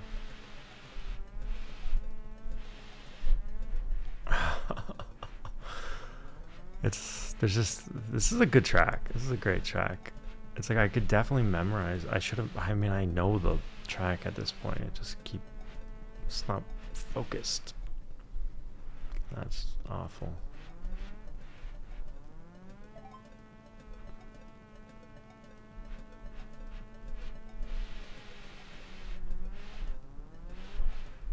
All right. I'll try again later. I'm terrible. Not focused. It's fun though. How's our little poop guy doing? Hey. Okay. Can I do anything? Can I go through? No. So this is supposed to, each door is supposed to take you. Actually, it's the yellow door. Oh, it worked. Cool.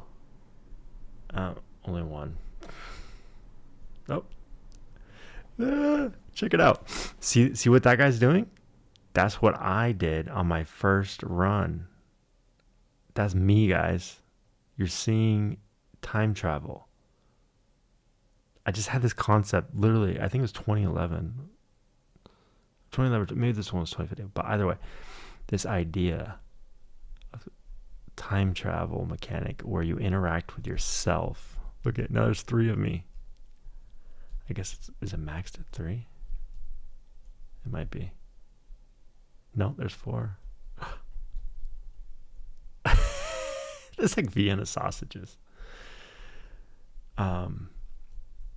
Think of all the fun you could have with time travel. But yeah, so watch. This guy, he'll just like go sit here, right? He just sits here. Up in the top left, right? Or top right, sorry. Cool? He's just sitting there, okay? And then he goes right for the door. Now watch that. Watch. Watch. Watch, watch, watch, watch, watch. Wait, nobody did it. Didn't work. Am I in the wrong time? Maybe I'm in the wrong time. Let's go here.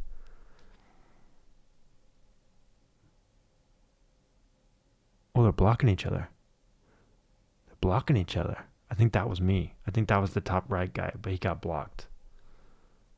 All right. So they affect each other. So that's not exactly how it played out the first time. So if you think about time travel, there's like the closed loop, whatever's gonna happen kind of time travel. I forget the different types of time travel. You know what I'm gonna do? My favorite thing to do with Claude desktop is have it do diagrams of like kind of like complex things. Like I had to do the different camera views from Forza Horizon, and then like close up, in the driver's seat, over the hood, whatever, right? And then that's what ended up in Vibe Racer. You can actually go check it right now. If you go to Vibe Racer and let's go to settings and go to camera. Chase far, chase close, cockpit, dashboard, hood, bumper. See how it kind of gives you that little diagram? Well, Claude actually Claude did a diagram of that much better than that one, by the way. I'm going to bring it up right now. Hold on.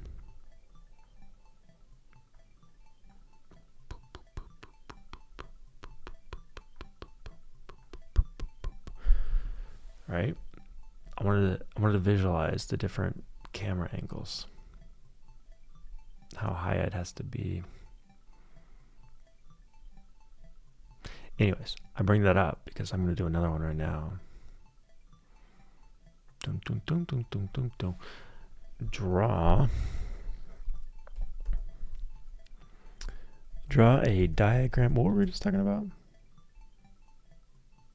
Diagram of time travel. Different time travel possibility. What do you call them? Time travel, not theories. Time travel. Do you know the guy from New Rockstars? Just like the deep dives into like movies and stuff. Not Paradox. Draw a diagram of the diagram demonstrating the different time travel philosophies. E.g., what happened versus Back to Future, etc. You can typo it, you can say e.g. and etc. It doesn't matter. AI will figure it out. This is how we get to idiocracy, by the way. We just stop trying. Or Wall-E.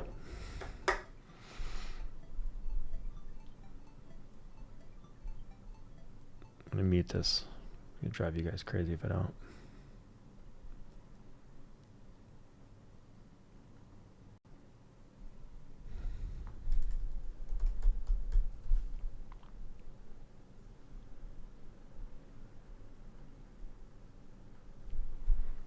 What's it called when you talk about the different types of time travel?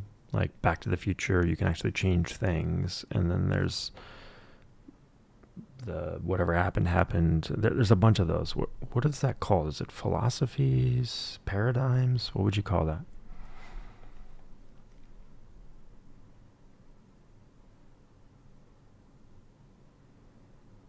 I'd call them time travel models. Okay, paradigms, models, different time travel paradigms. That sounds natural and covers the categories without sounding too academic. Common examples: mutable timeline. You can change the past and alter the future. Fixed timeline. Casual. No, it's not casual. It's causal. Causal loop. Predestination. Whatever happened. Attempts to change the past are already part of the history. Example: Lost, 12 Monkeys, Harry Potter, and The Prisoner of Azkaban. That's one I always think of. I'm going through the books right now. I got all the illustrated ones that they've made so far. Reading them to my daughter. Branching timeline multiverse model. Changing the past creates a new branch, but your original timeline still exists. Right. That's another one. Self-correcting timeline. You can change details, but time pushes back and major events still happen somehow. The time machine sometimes final destination adjacent logic. Rewritable single timeline. There's one timeline, but it can be overwritten repeatedly. Similar to mutable, but often the memory artifacts are paradox fallout. You can change the past and alter the future. So Back to the Future is like really loose with that. But this whole single timeline rewritable is like butterfly effect. So for your story discussion, I'd probably say I'm playing with different time travel paradigms, mutable timelines, fixed times, branching timelines. Philosophies of time travel works too. What about my Pseudo Paradox game? Which model does that fall under?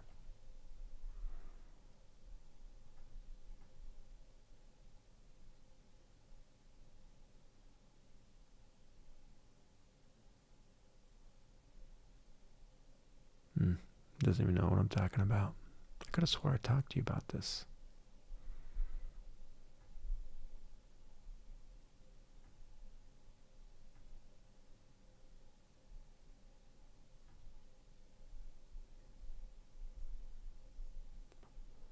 Maybe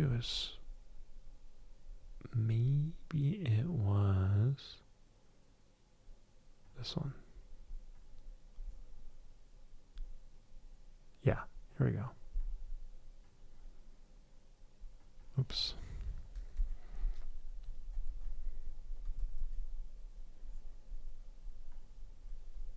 Did I just close it?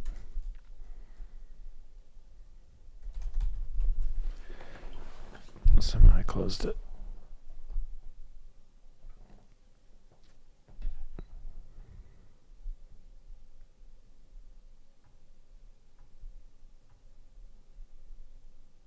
Dang it.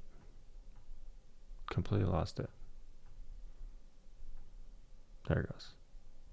Previous message wasn't sent.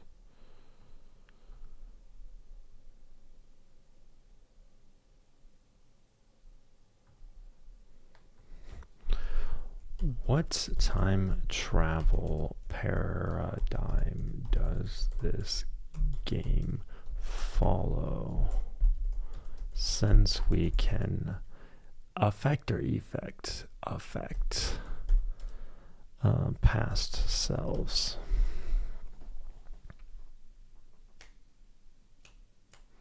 I'm so surprised that this hot dog simulator actually is kind of fun already.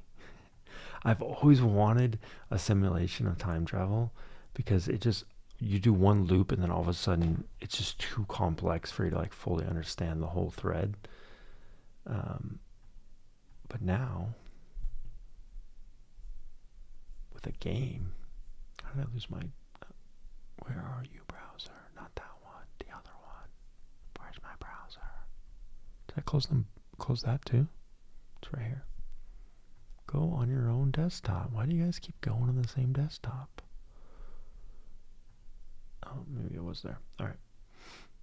But like this whole hot dog thing, like let's see if we can follow it a little better this time. So I'm only going to go through this door to keep it simple. I guess I'm blocking it. I need to go here. Okay.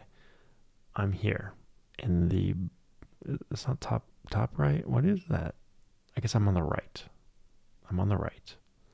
And then I decided to go through this. And then I'll go back straight here. Oops, I bumped into him. So that's going to throw him off a little bit. So maybe he won't make it to the door this time. Yeah, he didn't go all the way into the corner this time. And I bet he's going to miss the door or like barely make it. So that's already a flaw in this. It shouldn't replay its exact path and then get bumped off path. It needs to correct. It needs to have like a goal. Like, oh, I want to go through the door at this time. And so even if it gets delayed or pushed off path, it needs to go through the door. So let's try that again without bumping this time. I guess I should have did it like this. Oh well. I already bumped, see? See, I already bumped.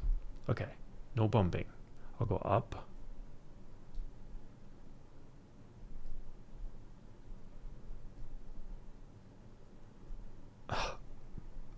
I guess because they land on top of each other.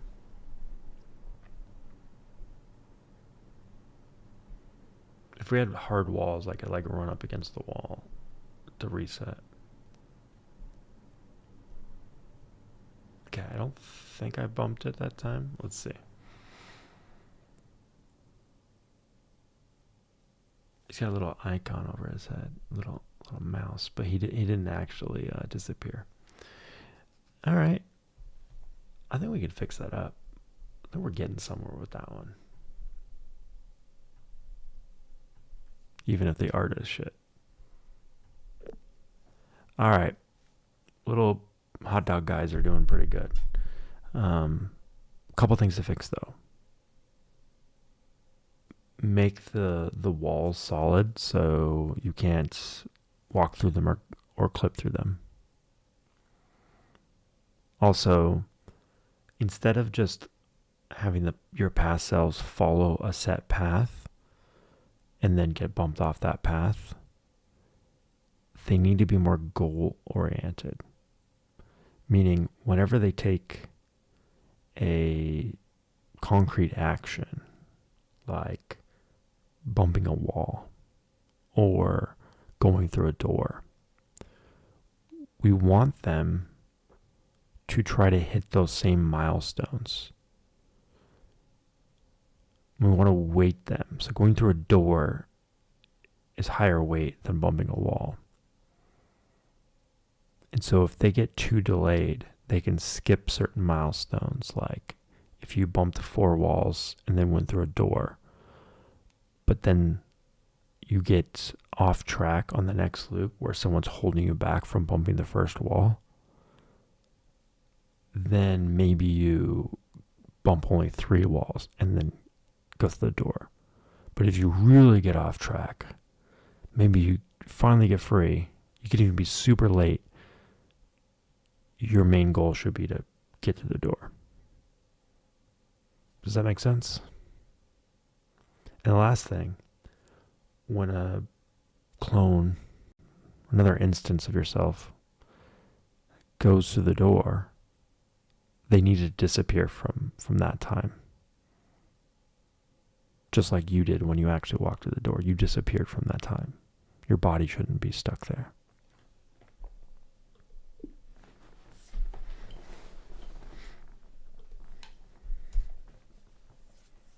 Hey man, what up and how's it going?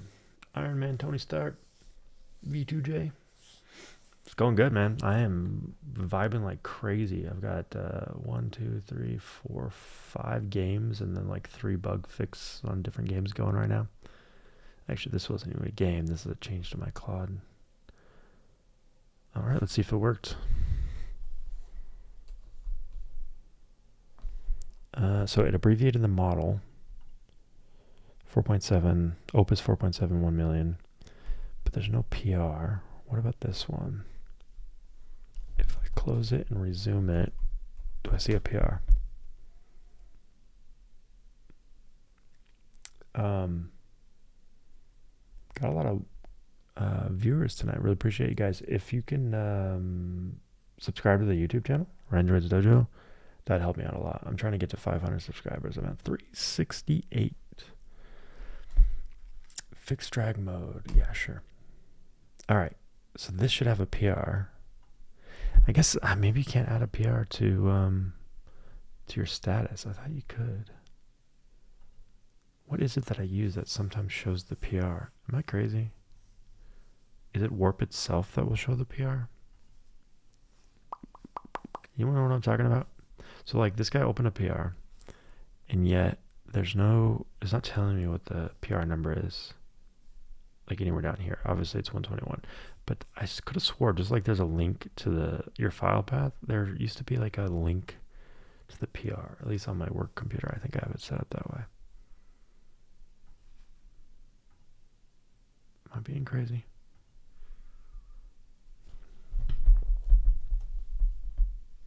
Let's see what it said it did.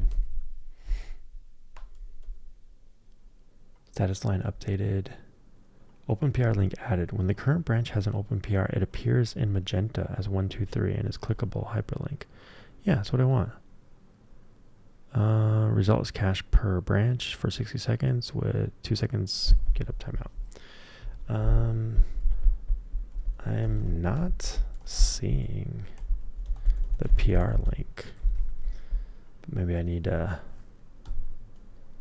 try a couple other sessions.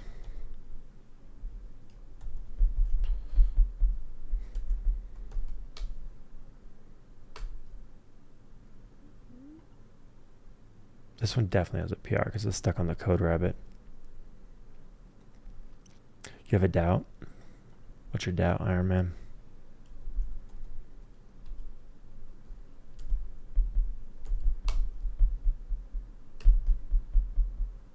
Huh. Weird. All right.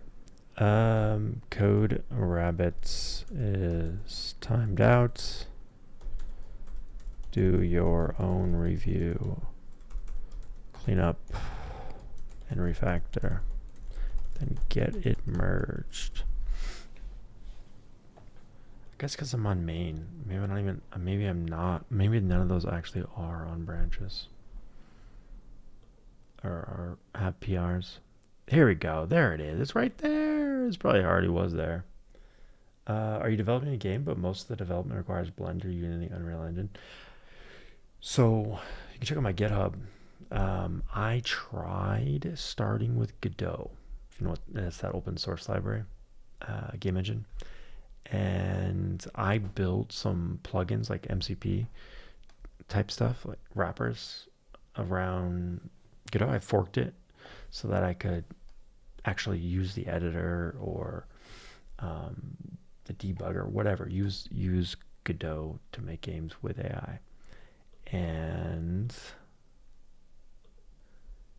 it's one of my first. You can go look back, man. Santiago, when was that? Probably months ago now. Definitely months ago.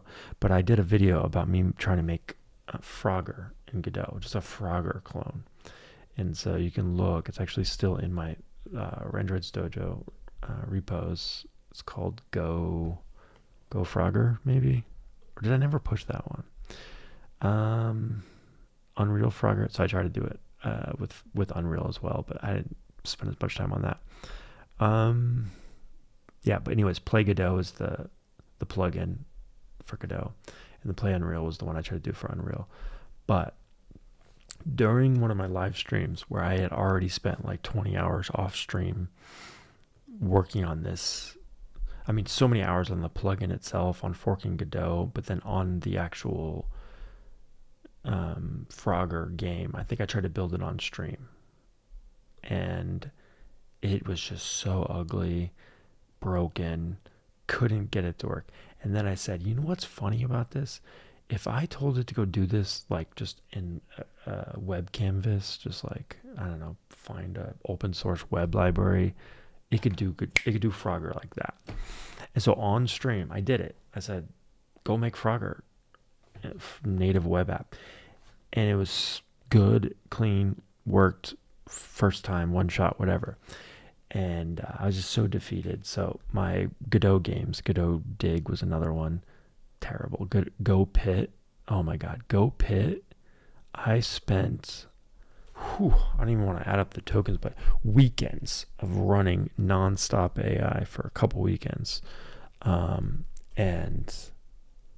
it was supposed to be a clone of Ball Pit. Had all the same mechanics. Just shittier graphics, basically. And it was made in Godot. And this is how it came out. So, new game. You can pick a player. You have all of these types. There's locked players. You have to actually like earn them, unlock them, right?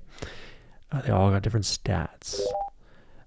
Select a stage. You got to beat the first stage before you can get to the next stage. Just like Ball Pit. It's got 10 waves and a boss. It's meant to be played on mobile. But it works, it works on desktop too, but I mainly made it for mobile. Obviously the enemies are kind of lackluster blobs. Some of them are better. But then you get the level ups, just like you did in Ball Pit.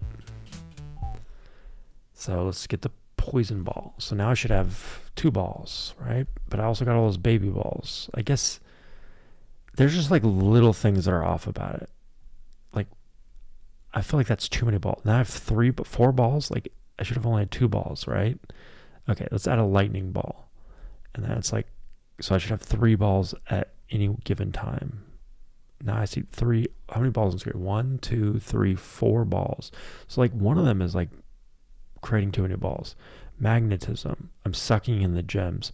That was the first upgrade of magnetism, and it just freaking like sucked everything in. So maybe it's just buggy. Like maybe I just didn't put the time into refining it, you know. But I had to do this a lot of just like I had 2 agents. I built a skill called Randroids Loop, and it works with these markdown task tracker little app called Dots. Not mine, but I use it a lot. I have a skill that like wraps it to make it easier to use. But yeah, this skill, Randroid Loop with Dots and the Godot plugin, I was able to have it create a backlog, and I'm talking like hundreds of tickets that were just checked in as like, here's the next thing you need to fix. Here's the next feature that you're missing. And it would go out on the web and it would research Ball Pit. And it would be like, how many enemies were on this level, or how fast did they move, or whatever. And it would use like forums and the game manual if it could find it, right? And it created a huge backlog. And then I had another agent running at the same time, nonstop, that was implementing them. And back then, like, this is probably Claude, what are we on, 4.7 now? I don't know what Claude I was on at the time. It was probably 4. Well, I don't think it was like 3.7. It was after that. And so it worked. It technically worked, but it was like a lot of effort for a game that's not fun. And look at there's two bosses that just popped up now. It's like, yeah, it's just it's kind of a buggy mess, but it does have a lot of the features. And I think I went breadth first. Like I went like, oh, let me give it, like eventually I ended up getting all the levels and all that stuff before I polished one level. And if you ever played Ball Pit, it's actually just like fun from it. Okay, it's not fun from the get-go. I will say that Ball Pit, I was like, what is the hype about? I was like playing it on my handheld, and I was like, it's so slow at the start. Like you lose, you actually die in the first level, because you just don't have any upgrades. And then they have this like farming simulator that you have as well. That's not in this, where you actually, it's a whole nother game mode that ends up upgrading you. So the next time you do the run, you're a little better. But anyways, so it's kind of boring at first, but you get that hook and that like kind of roguelike part that gets you coming back. But it's, at first it is like kind of boring, and then eventually you get to the point where like you're just playing it just to unlock one more thing, but really you're just like done with it. You played all the levels, you've unlocked the things you really wanted to unlock, but you're just trying to 100% it. I don't know, that's how I played it, at least. I ended up like stopping. So it's like not a perfect game, but it's very indie, and I'm like, oh man, I could do something like that, and then I could fix its flaws. I could do like my own version. Instead of a farm at the top, I could do a digging game. And so then that's where I got the idea of going off and building a separate game. And this one, even worse. And this is not even original, but I wasn't like directly ripping anything off. It's just like a billion games like this. But I got kind of distracted because I wanted to see if I could do custom models, because you saw everything in Go Pit is just like blobs in geometry, and that's what a lot of this is too. But I said, hey, what if I could do animation with a custom guy? I was like, let's make a miner and have him swing a pickaxe. And you should see the early iterations of this. Like, this looks like shit. I mean, it looks okay. Right? It's kind of pixelated. I mean, his shoes are just like blocks, and his arms are out of proportion, but it's okay. Like now he's wearing a glove. There were so many iterations of this where his arm was just huge blocky arm that kind of melded into the axe, and the axe didn't look like an axe, and like he didn't look like anything, right? And I tried different AI solutions, and eventually I landed on one where it composites different parts. So it works like it iterates until it has like, freaking helmet that looks good, and then it will composite on top of the head, and it will like construct it like South Park used to be constructed back in the day with construction paper. But I didn't put any time into the animation when it comes to like walking, and then the animation of the swing is very basic, and he like levitates off the ground, so it's like janky. But that really got me interested about like, okay, maybe I can actually find an art pipeline that works with AI, right? And still using Godot, but Godot was really holding me back because like I said, the web games, they kind of just like some of them look decent out of the box, and with Godot I had to like really struggle. So then I started getting into, I just like switched over to web, and here's one of my more fleshed out ones, but it's kind of lacking the fun or the appeal. It's like unique. It reminded me of a game when I was a kid called Little Computer People. I think my guy when I was a kid, his name was Zeke. Maybe it was like Zeke. I don't know how to spell it.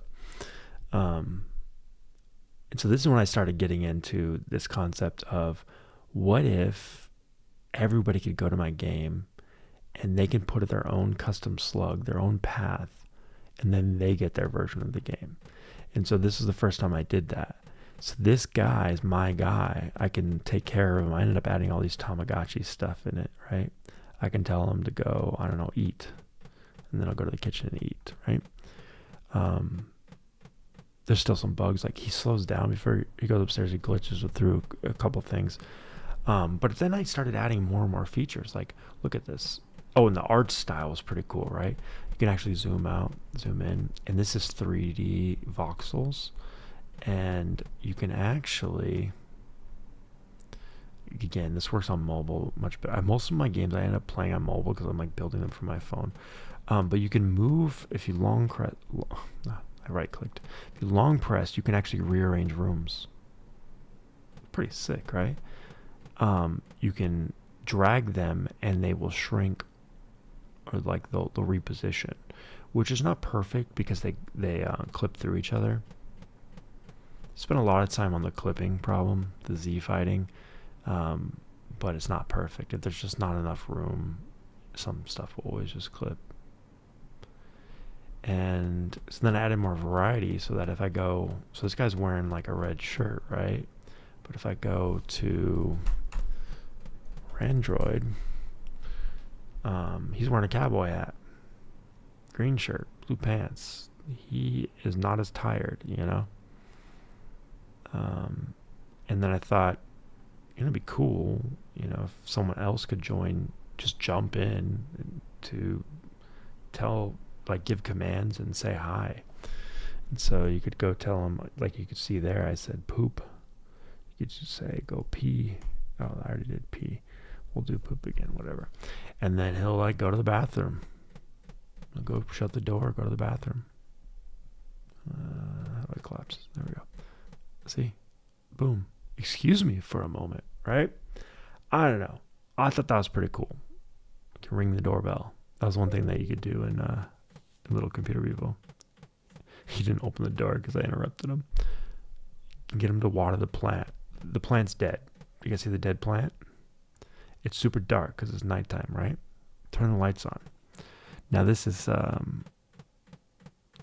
kind of broken because he goes room by room and he's really slow. But it's actual light effects, you know? And this is all just web graphics, no more Godot. I could not have done this in Godot, I don't think. There just isn't enough training. You could pull in all the docs you want. I was having it study the docs and giving it docs, and it's trained on web so well. Same problem with Android. Like I was doing a lot of Android apps and trying to use AI, and it just was not there compared to web apps. All right, that's enough lights. Well, there's two more. Might as well finish. I'm gonna have it water that plant and see if it comes back to life.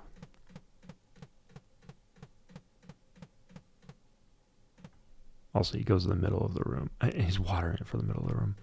He turns the lights on for the middle of the room, and he waters the plants for the middle of the room. So he brought the plant back to life. So you could see how you can start to add more game elements and social stuff. And he sleeps with his head the wrong way. Everything was reversed in this game. And no matter, like the clock was backwards. Everything was freaking reversed. And I had to keep telling it, like, you know, check your Z-axis or whatever. I never fixed the bed one. That's funny. And then, so that got me like, oh man, what other art styles can I do? So actually that art style came out of I had an earlier game. Santiago will remember this one. You should go to my website. It's probably the easiest way to see them all. Randroid.dev. 33 project, 19 playable. That's actually changed. I didn't update that. These are my newer ones I'm working on right now. But some of these earlier ones were really experimental. Some were just like disastrously bad. But I'll get to that one in a second. But like this is the Mikasa one. This one. Okay, I call it determine.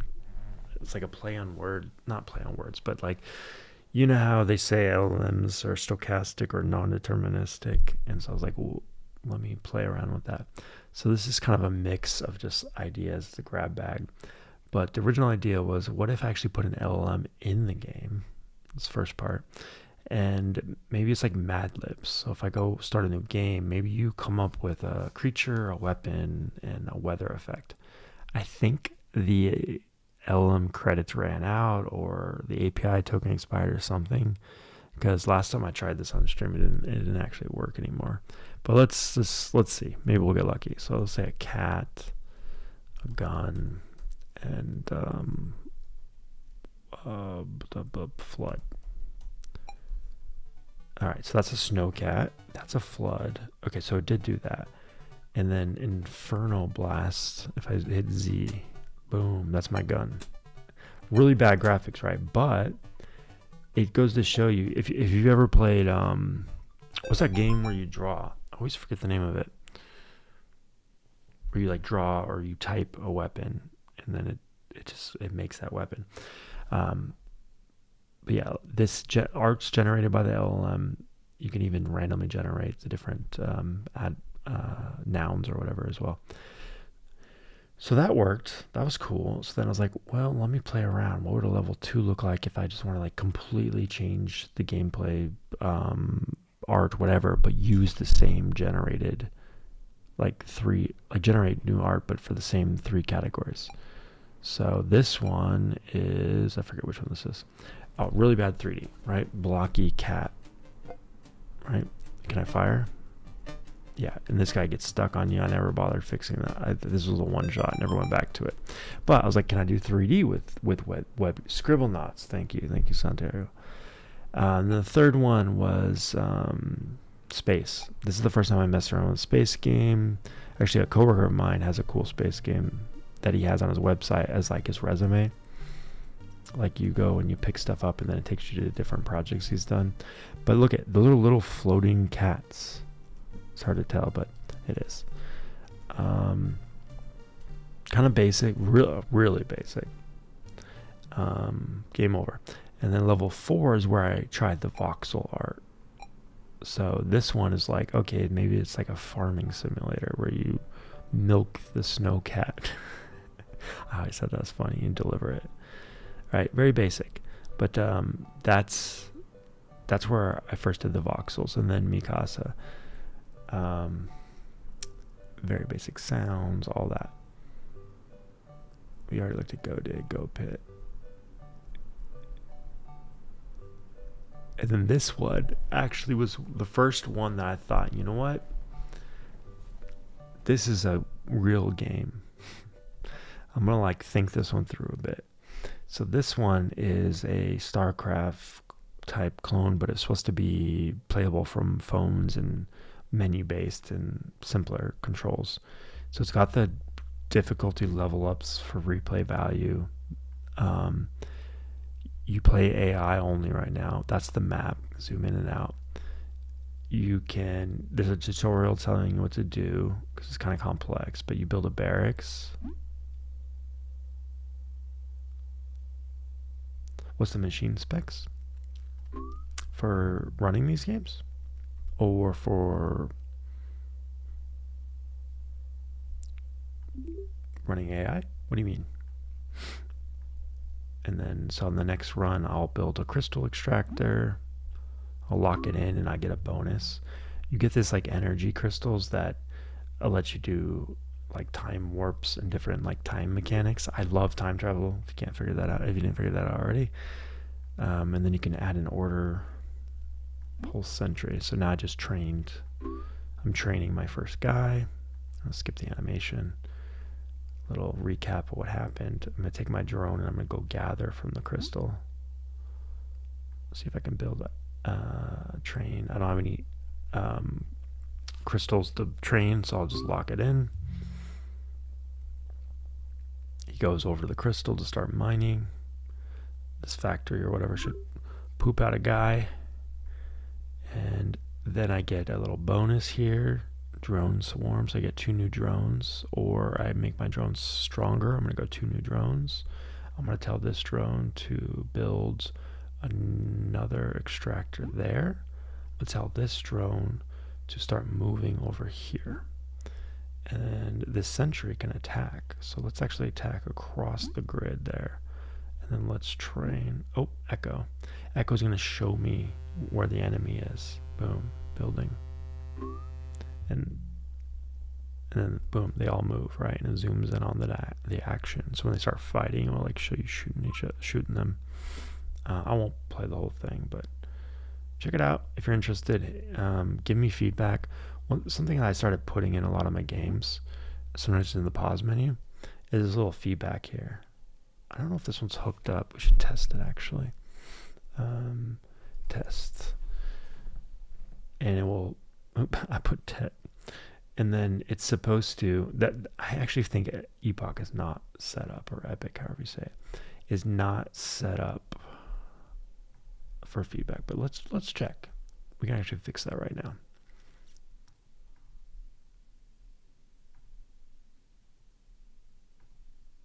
Oh, beautiful. It is. So it gives you a little screenshot. That's really bad. Screenshot. Contexts. But yeah, you can play it, give me feedback, and if I see people playing the games and they have ideas, I'll go back to them. But I haven't touched that game in a while. Yeah, like the machine handles all your daily tasks, AI, these all games. By the way, if I ask you what's your best program you created, what it would be, so I've made some interesting apps and stuff, but game-wise, my favorite right now, the one that's actually fun to play, is the one you probably saw earlier. Yeah, this one. This racer is so addicting, and anyone can build a track, anyone can set a high score, works with controllers, touchscreens, keyboard, custom music. Like it actually has a music editor inside of it, which I don't think many people have actually messed around with yet. But this one just was fun. If you watch the stream, we did this as a kind of like a game jam almost on a Friday and then a Sunday, and then I just been like adding to it from my phone for weeks now. But it was fun out of the gate. Like I was driving a block car that was like facing the wrong way in a circle and setting a high score. It was fun right away. Weather effects, different city, forest, different landscapes.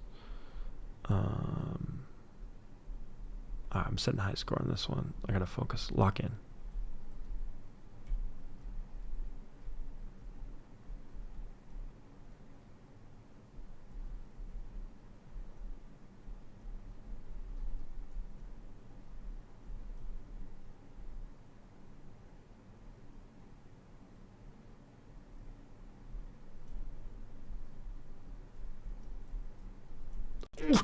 I choked. I freaking choked. I had you, Santi. I had you. Vibe Runner. I like that game, but my con is that I didn't feel real enough to play. Not about the graphics, about mechanics. Are you talking about this one, the Vibe Racer one, or the one that's completely borked? Is another one. You said Vibe Runner, but then I also have Vibe Gear. You're probably talking about Vibe Racer. Vibe Racer is a lot closer to like actually being a real game. This one is just freaking garbage. All right, sorry, but if you don't like the mechanics, are you playing on keyboard or mobile or controller? That can kind of affect it. But yeah, if you don't like that, if you don't like these, well, we're working on the mechanics right now actually, so I'll go back to my code in a second. But maybe you like making your own tracks. You can just go to your name, Iron Man Tony Stark. Let's go make an Iron Man. When you played I played on keyboard. Yeah, like try making your own track. We've got really advanced track pieces now. I don't even know if you've seen this yet, Santiago. You can place two pieces like this, and then you're supposed to be able to drag them. Oh, you have to select them. Then you snap them together now. Then you do like cool diagonals.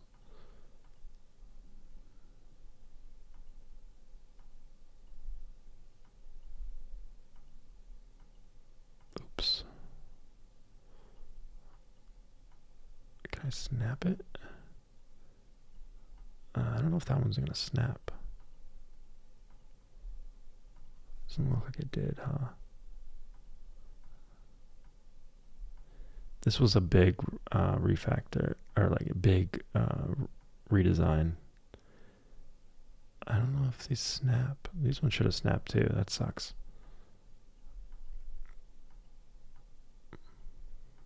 drag very well. Can't really save it because it's not a closed loop, but I am curious if this would actually work. I'll dig into that more. The music editor, thought this was cool. 4 bars, play. So that's the basic track. But then let's say you want more up tempo. Change the root. The degree painted into step when you tap arrest.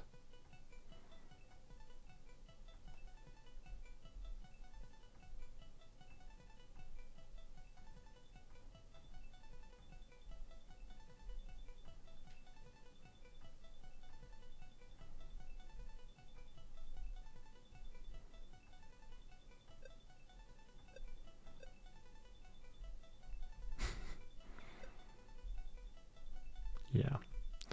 I don't know. Random roll. There you go. That's your track default music. Yeah, so there's a lot of stuff in there, but whether or not it's fun or if it's overcrowded, I think that's debatable. I mean, this one is closest to being fun. I think there's still a lot of junk in it too. Could probably clean it up. Using a gamepad is the best way. It's like the difference between using a gamepad or keyboard on FPS. On this one, I prefer a gamepad, at least for me. You haven't tried it yet. All right, but we're starting on a new game mode, so drag racing should be better now. Let's try it. The idea here was that you could try different parts and everyone could build their own and be super customizable, but I started with some basic stuff first. I jumped the gun, so it's really slow off the go. So see my speed's 27.9, so my parts are pretty slow. I don't know how competitive it would be. So obviously I need to fix, like, this is just not fun, but I need to, I don't know, make the map, make it shorter or increase the max speeds, definitely. Let's see if I can even get to the end. There, okay, at least it ends now. So now I should have a ghost. So if I race again, there should be another car. Yeah, it didn't work. Maybe I gotta refresh. Let's see if I can get this faster. So top speed. Okay, that's the best one there. Top speed. It's really not affecting top speed at all. Maybe it's just engine, tires. It went down. Off-road. Off-road made it faster? What the heck? Definitely not balanced yet. Aero shell should be faster. What's going on there? Nitro injection should be faster.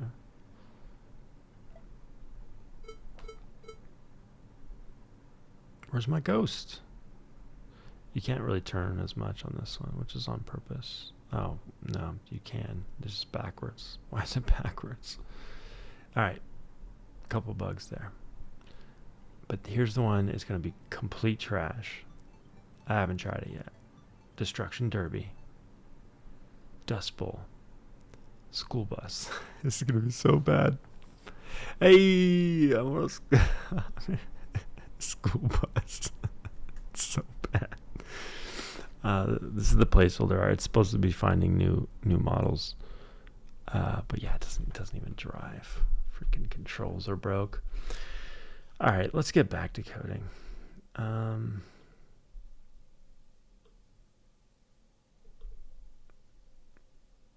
Vibe gear, where are we at with this one? Dev server backup clean, 2 things to do on my end, hard reload the page, pen debug equals AI. This is the debug paneling, right? So if I just open this. Okay, I see the debug panel. Did he open it in Chrome so he can debug?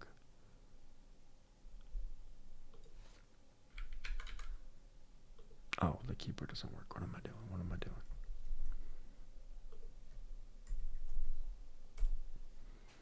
Debug panel right there.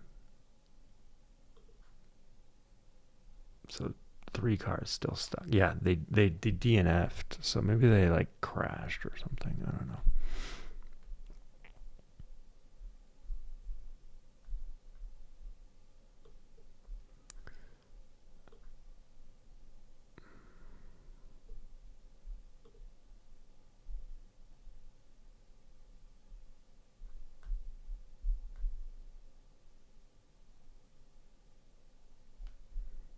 Sorry, I just got distracted.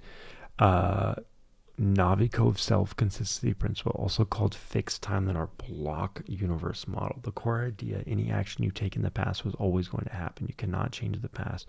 You can only fulfill it.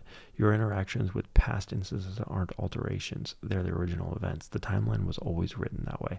The Act 3 ending. Oh, I'm giving it away. Spoiler alerts, guys. The Act 3 ending is the clearest demonstration. You place your own unconscious body in the center of the room at 12 o'clock, which is the exact event that started the whole game. There is no original person who first knocked you out. The cause has no origin outside the loop. That's a bootstrap paradox or causal loop, an event that causes itself with no external trigger. This is why the name holds up. It looks like a paradox. You're the reason you're there. But it never actually contradicts itself. Every loop is self-consistent. Compare to other paradigms to see why this fits. Back to the Future, no alternative branches in mind. Grandfather Paradox, game explicitly prevents contradictions. Many worlds, one continuous timeline. Predestination type, yes. Closest film is Predestination. Where's the art? What happened to the art? Oh, here it is. Or diagram. Hey, it failed. Timed out. Try again. There you are. Hiding from me.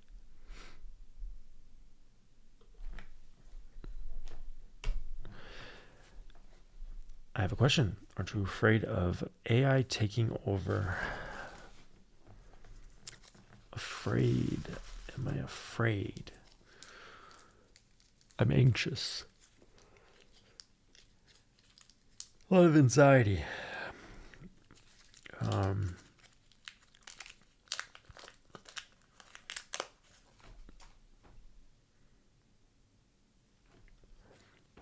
been embracing AI for work and stuff since the beginning of LLMs.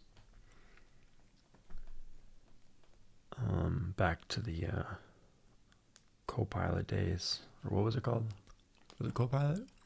Like the autocomplete stuff. And then the Chop, which is chat based. And then Claude codes of the world. Before Claude Code, I was messing around with some open source ones. And then now Codex is good too. And I don't write a lot of code anymore. Some people think it's ridiculous. But I've seen the power of it. I mean, these games are throwaway. These games are trash. I mean, no one would pay for this kind of development. But it's a way for me to be able to explore game ideas that I've had my whole life without having a whole team behind me, without having to invest a ton of time and money just to find out it's not fun. So that's why I'm doing it. But yeah, for work, it's taken over as well. But it's more engineering at work. There's more product thought that goes into stuff. There's like team management and orchestrating everybody rowing in one direction to iterate and get something out that works and has value to whoever's buying it. And that stuff doesn't go away, even if the code gets generated. There's a lot of risks and, quality and security and stuff for sure. But it's also a lot of upside. The biggest fear or anxiety, though, is just that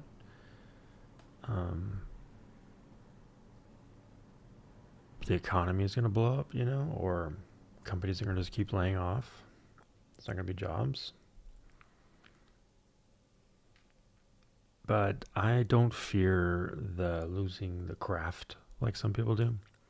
Some people would just really like doing like TDD and architectural design stuff and writing the most optimal code and doing lead code challenges. And I never really was in it for that. I always wanted to prototype things and build like novel things and try things. Never, stuck with a project for too long. I like to ship things, like to get them off the ground. I like to take projects that kind of look impossible or are kind of floundering or, not moving. And I like to move them forward and to get feedback and iterate. And I can do all that still. I can do that more than ever before with less reliance on others because I can do a lot of it in parallel with different agents. But yeah, there's a big chance that I'm not going to make it to retirement in my current career.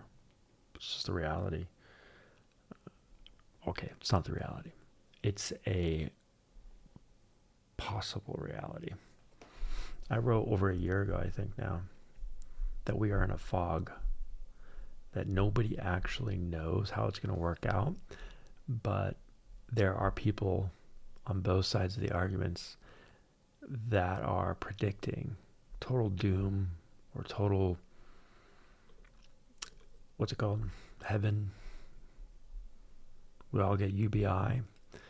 And it's possible one of those is true.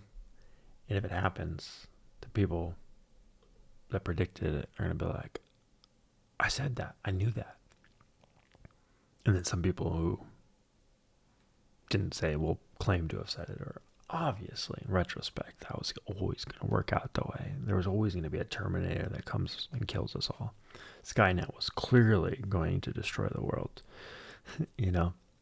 or of course the world would have come together to put regulations in place to make sure nothing bad happens, and AI was going to cure cancer. Of course that was always going to happen. Computers just get smarter, just gonna get better every time,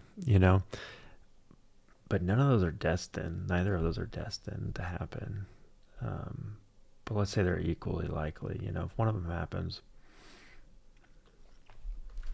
if you truly believe one of those things would happen, you could just put all your money into AI companies right now. But like for me, I've been thinking about it. SpaceX AI, as they just named themselves, is trying to go public, right? This is not financial advice. They're trying to go public this year. Imagine like taking all of your savings, your life savings, and putting it into that stock when it comes out. And imagine that stock just blows up 10x in the first year. Like, whoa, I rode that train. Okay, well, where do you get off? Do you sell it? It's like the people who bought Tesla early on, did they sell it? I rode one of the Tesla waves and I made a couple $1,000 or something and I sold it. If I were to hold on to it, it would be $20,000 or something, Do you do that with AI? What if the bubble bursts? Your entire life savings. Maybe you just take out half and then keep the rest to roll. But then if it keeps going up, now it's 100x after another year. Oh my God, I took out half my money. I could have been a millionaire if I just left it in there, right? And there's the alternate reality where you put your entire life savings into it. You lose your job because AI crashes. And you lose your investment because AI crashes. Like, now you're over-invested in something, So, I don't know. That's kind of where I'm at. It's like, I want to go big on it, but my entire career is already riding on it. So, I was going to show the blog, but I need to write another one. It's been so long since I wrote anything. The fog of now, living through the AI revolution. Growing up near Seattle, I used to think I missed the big waves, the personal computer boom, Microsoft exploding, the dot-com frenzy. I got into computers just after all that on a brand new HP running Windows Me Millennium Edition, right when Napster was taking off, just enough to feel the magic, but not early enough to ride the first wave. But now, with Gen AI, vibe coding, and agent workflows taking off, I'm realizing something.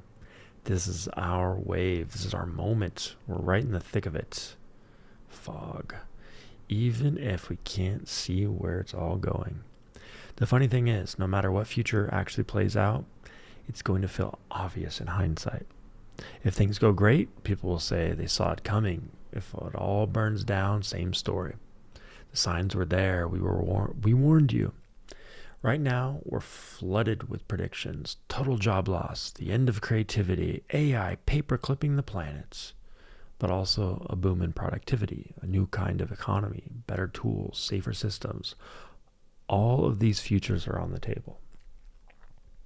What's likely is that we land somewhere in between. Artists, writers, and developers are already feeling the shift.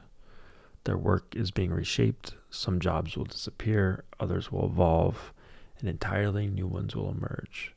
Think less mass unemployment and more reorg of human output. In programming, I think we're going to see something interesting. Agents might write more of the code, but they'll still need us to guide them. The skill isn't going away, it's just going to look different. More critical thinking, more product alignment, less keyboard grinding. And maybe the same shift happens in product management too. Those roles start to blur.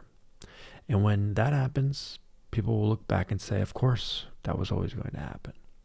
Same way they talk about the internet or the smartphone or any tech shift that rewrote the rules while everyone was busy arguing about it.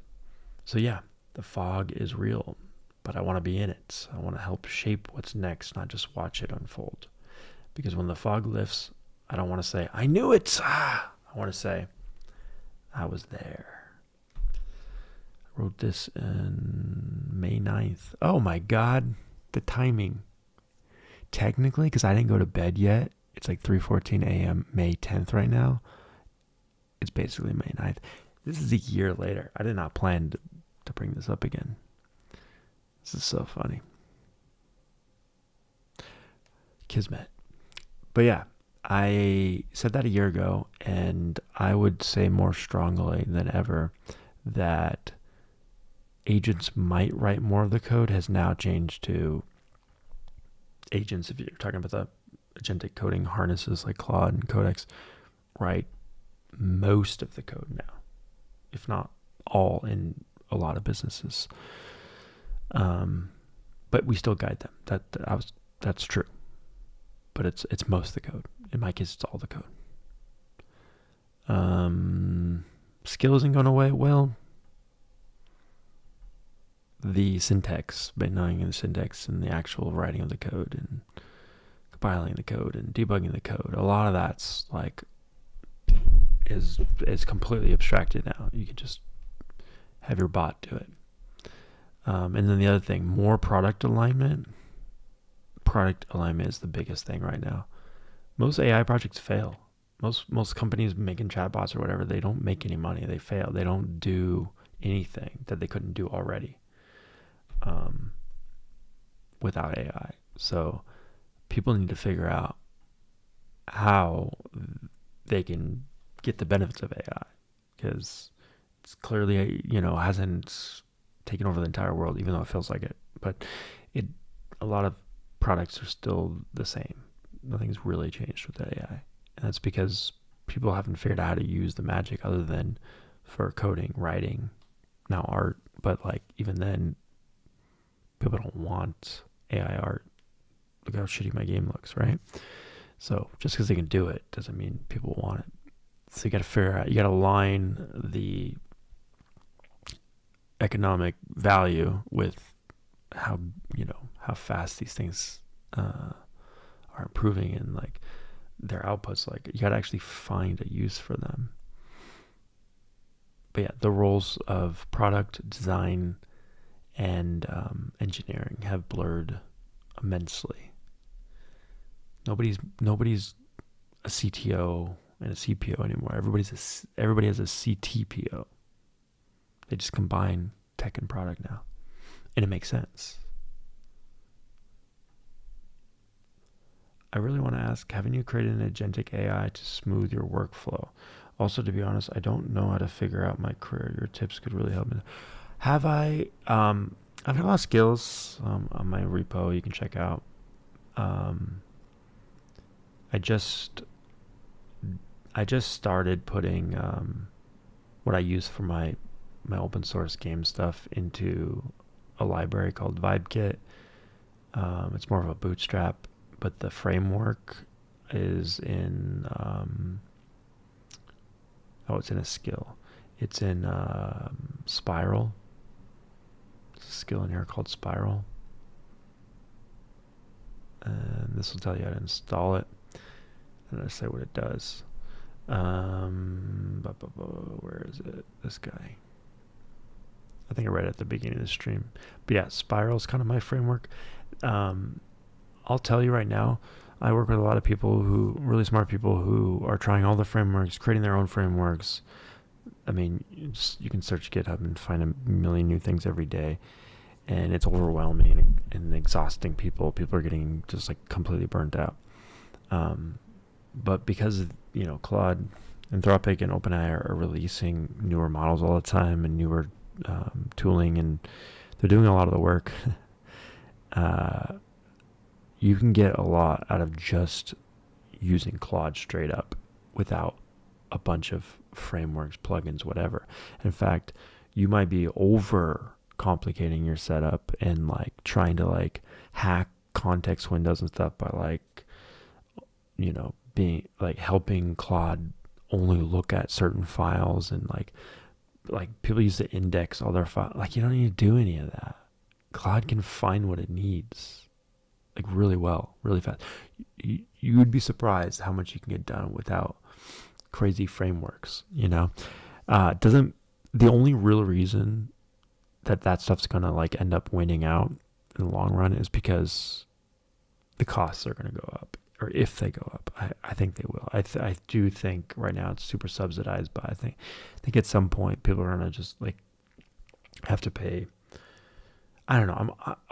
I'm of mixed minds, because you guys remember when we had cell phones where you had to pay per minute, and now it's unlimited, right? That might happen with AI, and that's kind of what the max plan is on Claude or whatever. It's not unlimited. They do put like weekly limits and 5-hour limits on you and stuff, but they just doubled that, by the way.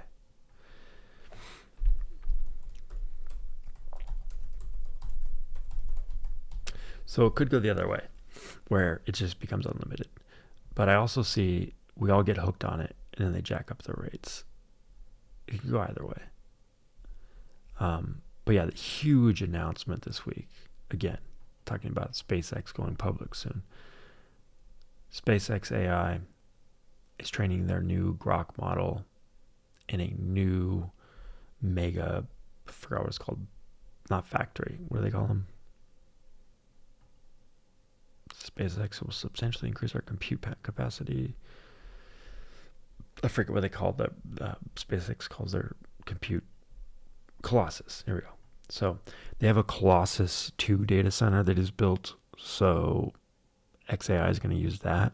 And so they leased out their Colossus 1, 300 megawatts, 220,000 NVIDIA GPUs. And this is the first version of the data center. And then SpaceX AI is going to use their new second generation. Anyways, there's a lot of stuff that goes into that. I think Elon's trying to piss off OpenAI, but whatever. I won't get into that. But now Claude has backed off of all their limits because they got a huge increase in users after Super Bowl, after the whole thing with the Department of War. And so they just didn't have enough capacity for everybody. All the cheap subscription plans and all the training. So they were like putting like peak hour limits in place, and I don't think they ever really raised the rates, but like they definitely were getting a lot of people pissed off about the new hour limits and stuff. But all that's gone. They just doubled everybody's limits because they got more capacity. All right, that's enough tangents. Career-wise, yeah, that is tricky. Tricky. The one thing I will say about career is I've never gone wrong working my butt off. It's not super healthy, but I'm a workaholic, overworker, and sometimes that can save you. Like, I graduated during the Great Recession, so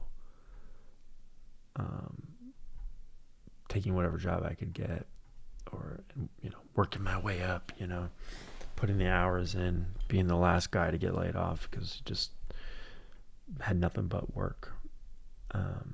I don't take it for granted, and I think people who end up thinking they I don't know. I don't want to say anything dumb. My point is, if you are useful to your company, to your customers, whatever your business ends up being, and you put the time and effort in, you may fail a couple times, a lot, I don't know, but that's the most winning strategy.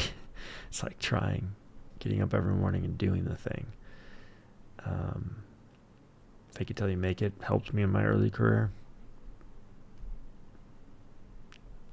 But yeah, as far as what tech to study, that's tough. I honestly would try to get like an internship or take a low paying job, whatever, just to get your foot in the door. Because really most of my career ended up becoming just like recommendations from people I worked with. And so the more people you can work with, even if it's doing your own thing, do some freelance work, whatever you can, just to get the experience and connections, and say yes to things. Take a leap of faith sometimes. I took jobs that I didn't think were going to work out in the beginning, ended up like completely changing my career. So even jumped to a job that ended up being the wrong job, but was a great move. In the end, it ended up leading to something else, but don't regret it. All right, let me focus here. Okay, root cause found, fix push, debug. We're talking Vibe Gear 2. I don't even remember what the bug was at this point. Okay, I do remember now. It's the DNF stuff. Debug panel made it instantly obvious. 9 of 11 AI DNF. Okay, they're crashing into each other. Okay. On a straight road with no traffic, overtake pressure, the AI is raising line approximants. Okay. Fix now blends the lateral target from hold spawn lane at Z0 to pursue racing lane. The spawn lane. Hard reload. Why does crashing into each other look like them just driving straight and stopping? Where's the actual collisions? We need a dot to research and fix up the physics. All right. Hard reset. Hard reload. Let's see. Hey. 2 DNFs. 3 DNFs. Hey, but they're staying on the map. Nope, they're all DNFing. What are the shadows? That's so bad. This one's just like annoying, man. Annoying. Not found. Hold on. Let me see. I think it told me to put debug AI panel. Panel should now show all rows in white. It does not. Try one last empty cache and hard reload. I'll take a screenshot. Like, it's better. Like, it takes them longer to DNF, but they still end up DNFing. Thanks, man. Yeah, thank you, man. Thank you for coming in and chatting. I'm a little tired, so I'm kind of yapping a lot. But good to have folks to talk to.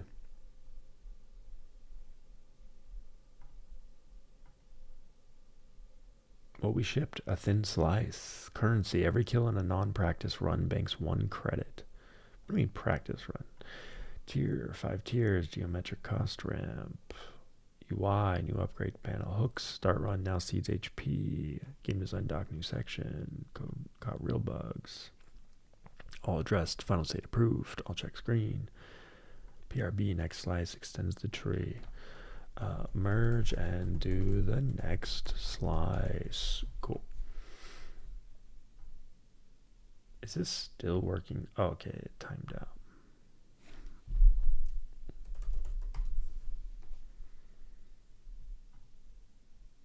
Pseudo Paradox, time travel game. How should I package these 3 changes?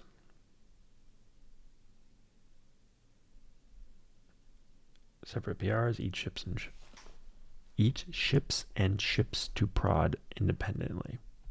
Am I reading that right? I guess it's saying ship each one, and that's a weird way to say it. PR1, solid walls, bigger. Yeah, just do 3 PRs. I don't care. That's fine. How should the ghost behave after its last milestone and goal-oriented replay? After the ghost, I don't like calling it a ghost. After the ghost hits its last milestone or last reachable one, they stand still where they are. Matches the users should disappear at the door if door traversal is the last milestone. Yeah, I mean, stand still because technically... Oh, I see. Let's think about this. So, if I am in a room with earlier instances of myself that are like following their previous paths or previous goals, and then I leave the room suddenly, do they continue along their paths even though I can't see them?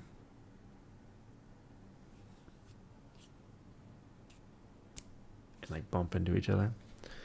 The only reason that matters is because if you loop back around to that room at a future time, they should have been following their goals that whole time and landed wherever they landed. But if you don't calculate that when they're not on screen, and then you jump ahead, they'll just be wherever they were last. I think what we need is if you end up jumping ahead in the timeline, we have to fast forward their actions. All right, loop back to the first milestone. Keeps cycling through their milestones. No. Continue with the original recorded velocity. Tail of the recording post last milestone plays as raw velocity hybrid model. If I leave the room, it doesn't matter what they do next.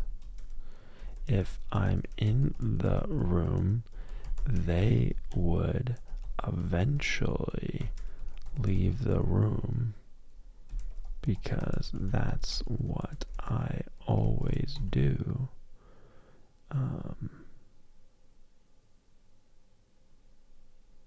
In any time I take actions. The advanced scenario is if we have a door that jumps us to the future, then we would need to calculate if there are any instances still around that far into the future, or if they all have taken doors by then. If there is an instance who stays in a room / time for hours, then they need to fast forward to the position they were in at whatever time I am walking into that room. It's confusing for a human, but you are a robot, so you can map this out cleanly. Don't get confused. Write it down if you have to. I just like adding stuff in there for the fun of it. Don't get confused.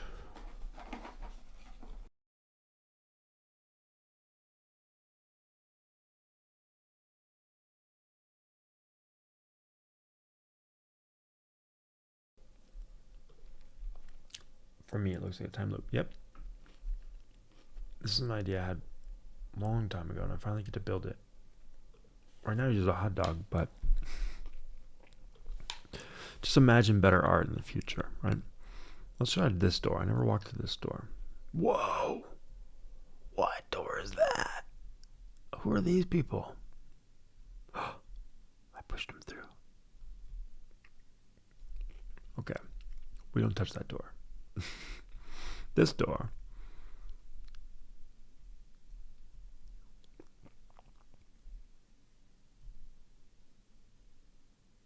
See, that was me.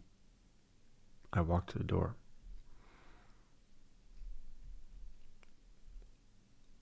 That was me. I walked to the door.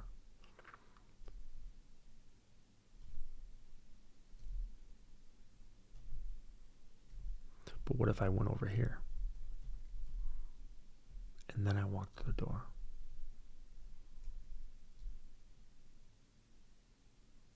Boom. It's me and me and me. Okay, what if I went over here? So I went outside the room because I might have gotten off path because someone hit me. Then I go here. All right, let's go see.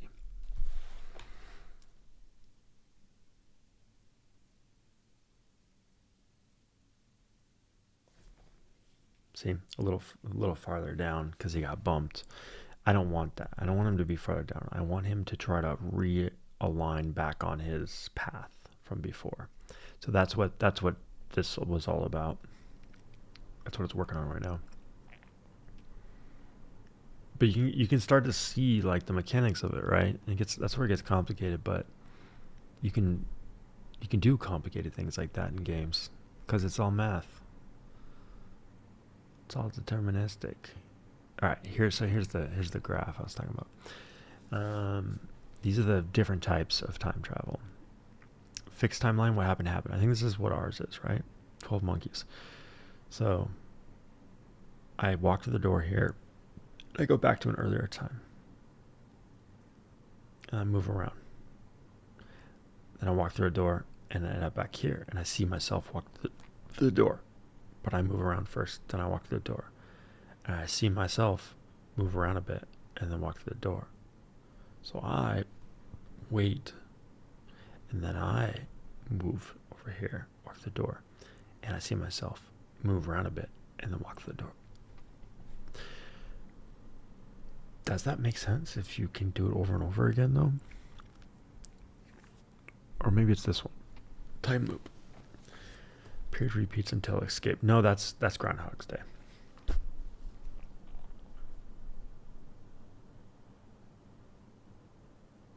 It's confusing, right?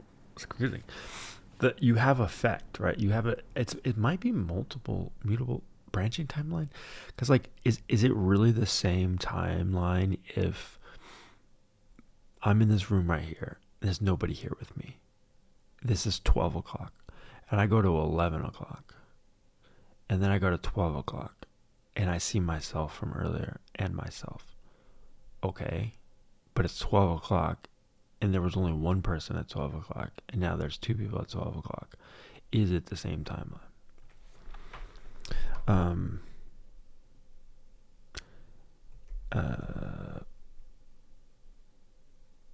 Diagram just the fixed timeline, but use a scenario where a person is in a room at 12 p.m. and walks through a door at 12:05 p.m. and ends up in the same room at 11 a.m. Then they go through a door and end up at 12 p.m. again and see their first instance. They can push their self around, but eventually the earlier self goes through the door around 12:05 p.m.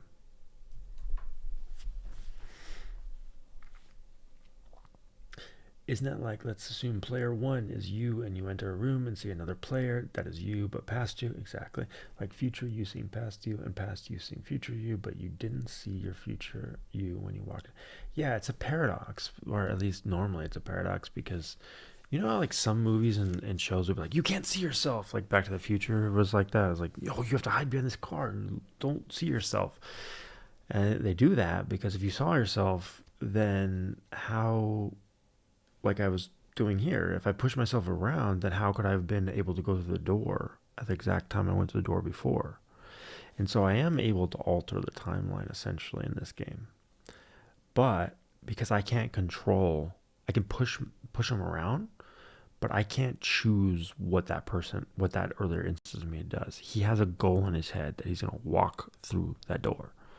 So he still does that, even if he's a little late. That's what I'm trying to get it to do right now. But take it the next step further.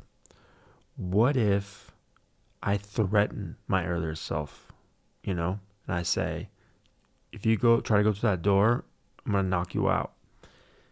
And then what does he do? He fights back. He tries to knock me out. But I never did that in the original, right? Or he gives up and he doesn't go through the door. But then if I don't go through the door, then I never would have been in this room. So do I disappear? Those are the types of things we got to figure out.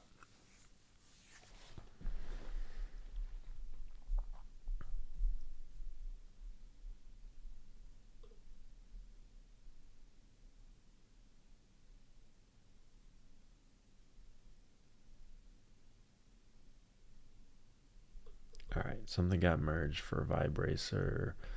I know we fixed the off-road. What else did we fix? It's easier to manage when it's 5 different games, but when one of the games has 3 different things going on, it gets really hard to know what's going on. All right, here's what we did. Added Derby section 20 with subsystem map. Okay, so Derby. Okay, yeah, I remember now. I can't use a keyboard. The Derby is broke. There's no way to move. We need the same vehicle controls as in the other part of the game. For keyboard, controller, and mobile. I also don't see the HUD. The AI is also not moving. You can use Chrome to check for for yourself. Yeah, like Marvel Multiverse. Mm-hmm. Look at, he's confused. Claude's like, man, that's deep. That's deep. I don't know if I can figure that one out. Look at, this is what he's saying to himself. I need to carefully parse this timeline. Whew. Complicated. Alright, fix the root cause in... Oh. Okay, so this was me saying the PR link wasn't working. It said it fixed it. What are you doing with open code?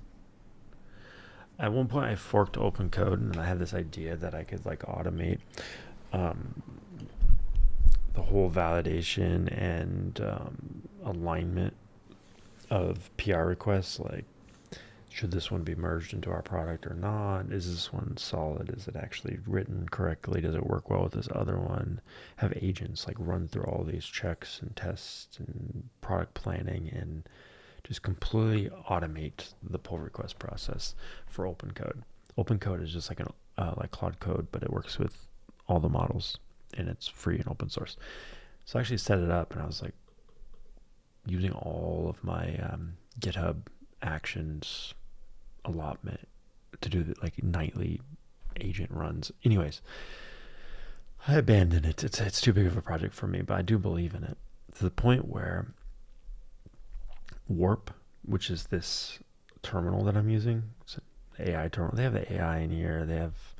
I originally liked Warp because you could like save, not those, you could save commands. Where is it? Where's my library of commands? Here.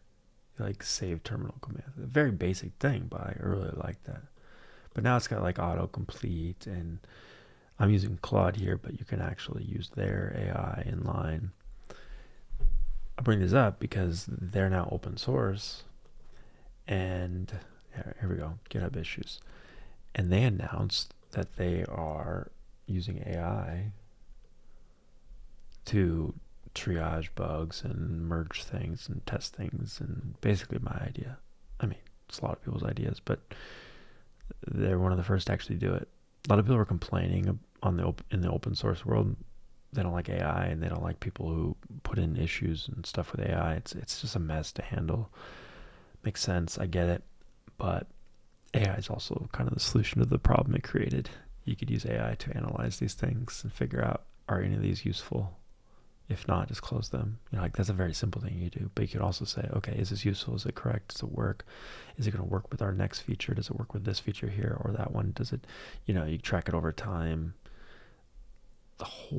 Anything a human can do as far as product management goes, you can write agents to do it. It's just a ton of work. It's a ton of work because you got to evaluate those, and then you got to eval the evals, but it's doable. All right, I'm closing this. And then what is this one? Already done. PR 121 squash merged. Great. And that was to fix what? Drag race. Okay, it actually finishes now. That's correct. All right, closing that one. And what else? Vibe Racer. Oh, the audio overhaul. Yeah, phase 1 is generally cheap. Want me to start in phase 1? Yes, but do parallel work with agents where possible. Let's get through all of these phases. All right, this is going to be a good one. If we can do this, the better gear shifting, the better feel and sound of the racer. I think Iron Man, I think you'll like it a little bit more.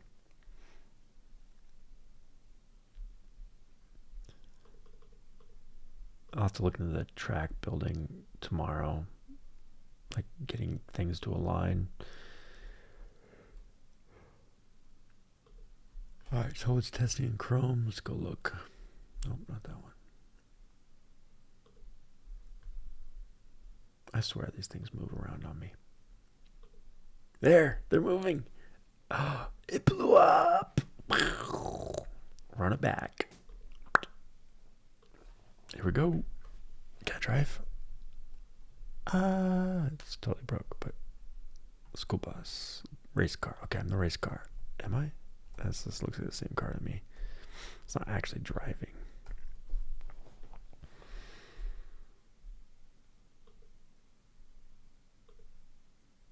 Cars moved. CPU cars are now closing in. Let me verify with holding keys longer.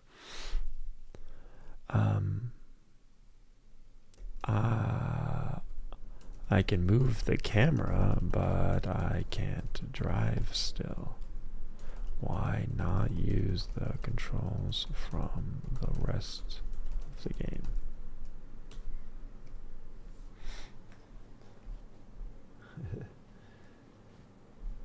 Yeah, so that I planned this from my phone. This game mode. I love Destruction Derbies. Ooh, they're all coming at me.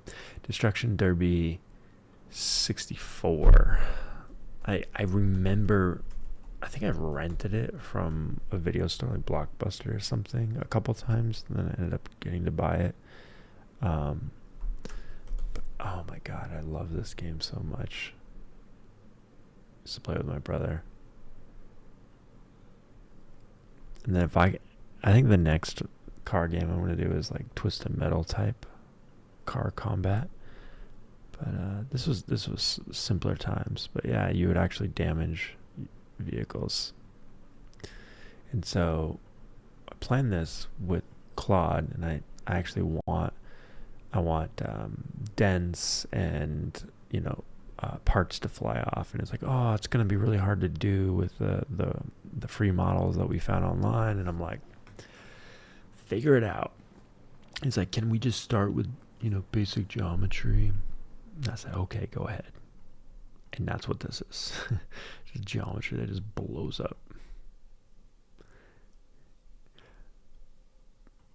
But it's just like the first day we built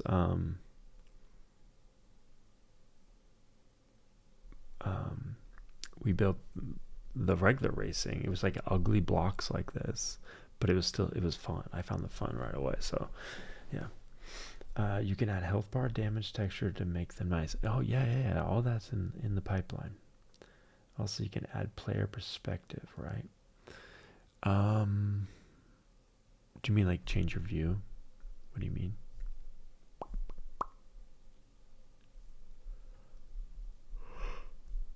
Here we go.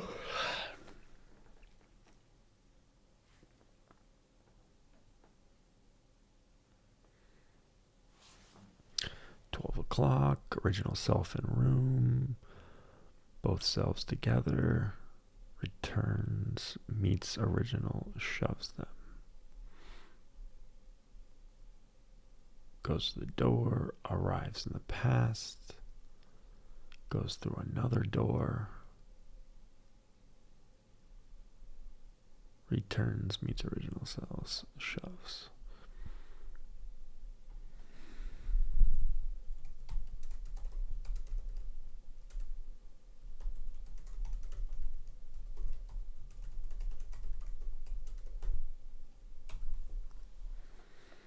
Add a couple more loops and interactions, then animate it. Because why not? Alright. Too much. None of these look like warp. No, that one does. Sorry. Alright. Click miss start button. Let me retry. Alright, you figured that out. How are we doing over here? Oh, it's another one. What are we doing with Vibracer on this one? This is the physics. This is the audio one. Okay, or the gear ratios and stuff. Did it use multiple agents? Phase 3 plus 4 done. Okay, it's getting through all 5 really fast. Use an Explore agent. Find audio HUD integration points. I have what I need. Beautiful.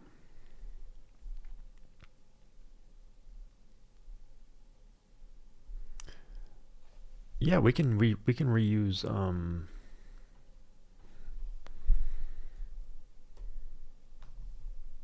can reuse these.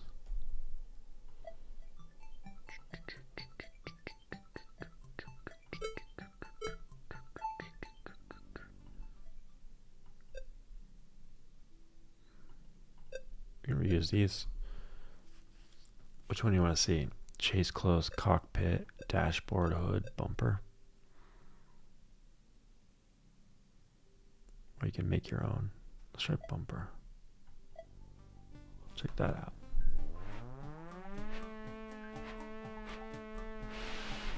Oh, it's so hard. It's gonna make me dizzy.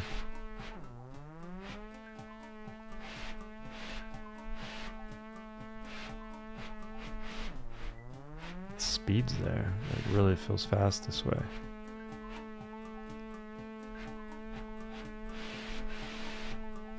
It's like I'm ice skating. Ooh. Somehow I'm moving the browser. You see that? Oh, my palm might have hit the trackpad.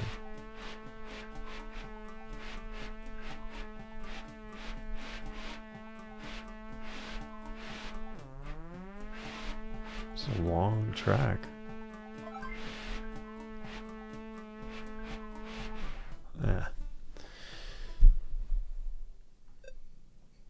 Yeah, a little bit real world car fixes, spice up.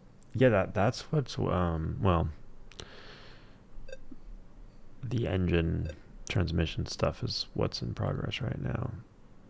Car physics, like maybe like tires going up and down, you like bumps and stuff. Or the thing is, the problem is if we don't ever brake, it's like super arcadey. Like I never really need a brake. I mean, I let off the throttle. Technically, you can brake by pressing back, but like I feel like a lot in like Forza and stuff, a lot of the physics come from, you know, you hit the brakes and the car kind of leans forward and then into the turn, you know, and you hit the gas and it goes kind of a little bit, weight shifts back. You don't really have that here if you're always just gassing it like full on. What's the difference between hood and bumper? These are very similar. This one's not looking as high as that one was. Oh, you can see your car. Oh, that's pretty cool.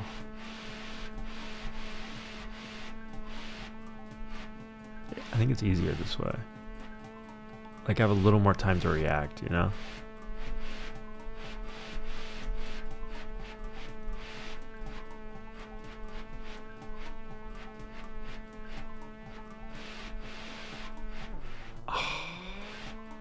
It's weird the camera falls behind though.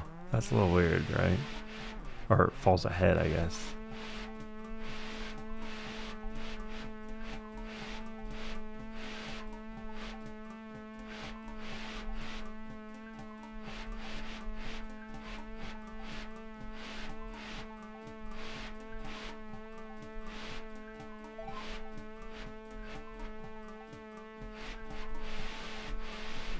Oh, the palm thing got me again.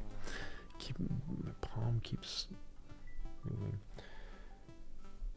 I definitely need to brake depending on the track.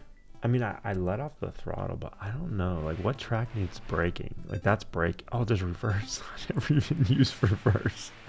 Yeah, spinning out. It's pretty cool. Dashboard, like these are just like very small tweaks. Yeah, a little farther back. I think that's wrong though. I think like it shouldn't move. Like it should just be locked in this position. But like if I slow down, it moves forward. Like that's not right. It's kind of cool actually, but it's like I don't know. That's got to be a bug, right? Do we like it? Do we like it, or do we get rid of it? Like it shouldn't do that, right? I don't know why, I kind of like it because it's like cinematic or something, but like it should just be locked into this position, or not that position. It should be locked into this position, right?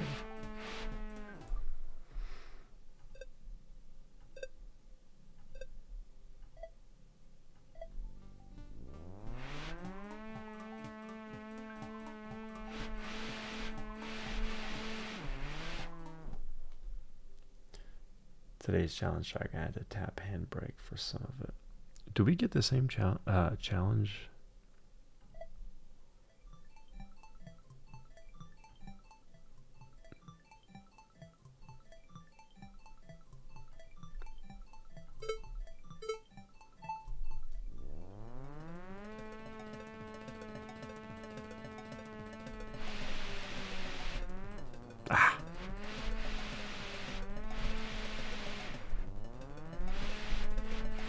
I don't like this camera.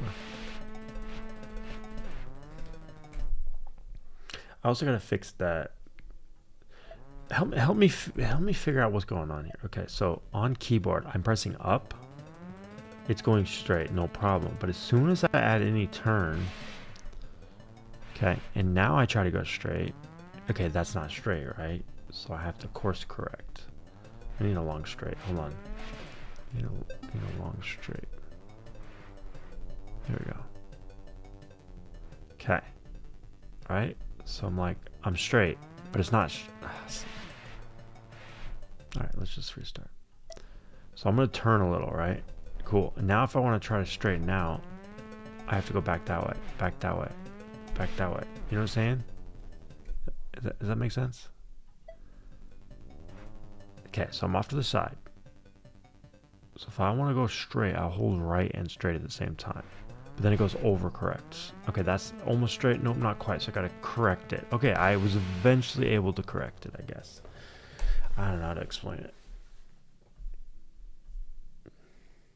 Maybe keyboard lacks the sensitivity of a stick. That could be it. That could be it.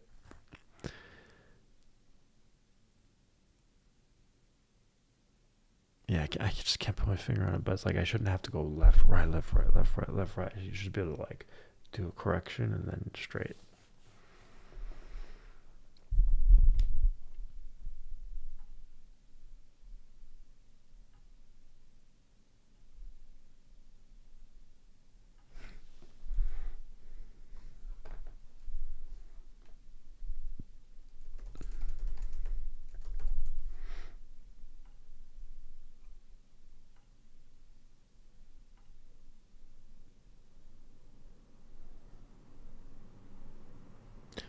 Flatline. Oh yeah, the upgrades. Did we merge this? Merge live in production. Cost uniform across. Okay, we didn't play this one yet.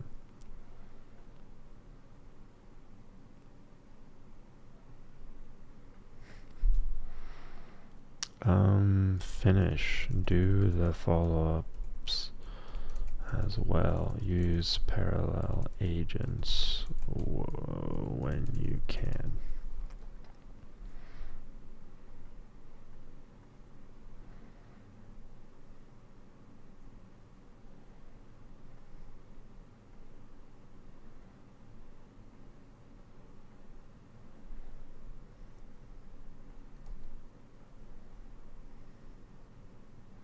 All right, see you around, man. Thanks for hopping in. Join the Discord. Always forget to. I should put it on screen or something. Randroidsdojo.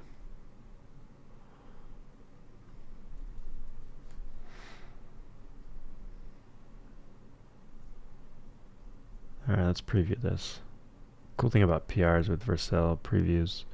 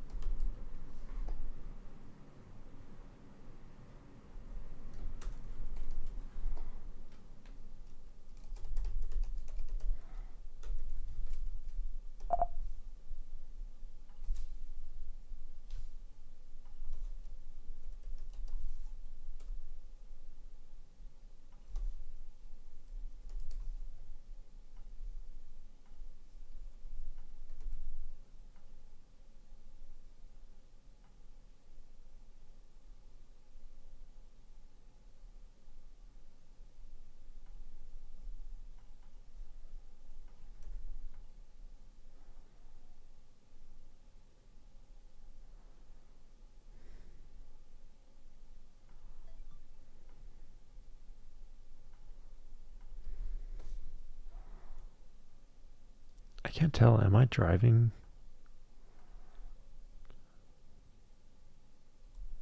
Yeah, I guess I am.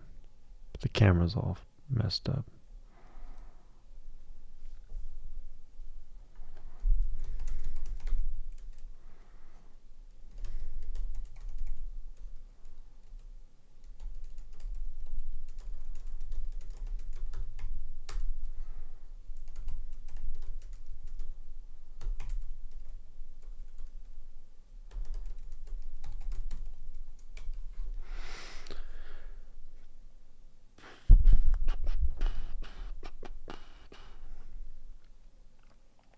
All right, well, let's start wrapping up. I'm losing steam. 4 o'clock. Holy crap.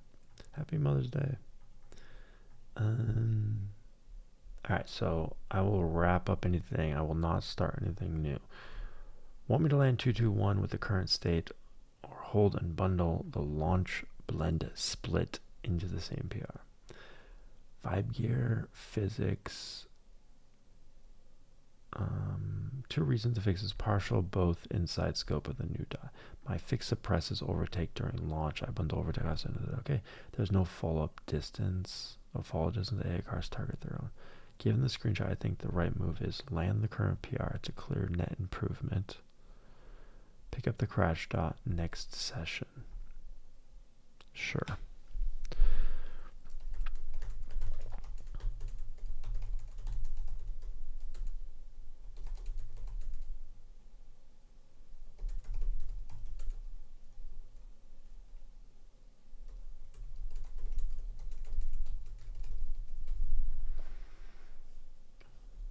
It up from my phone.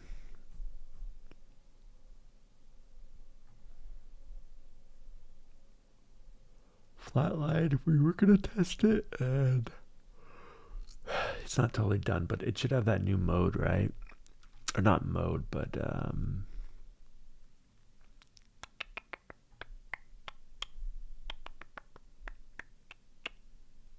lost my browser. I guess I'll just use, oh, here it is. Not mode. It should have new enemy, like multiple enemies and upgrades, right? That's what we're expecting to see.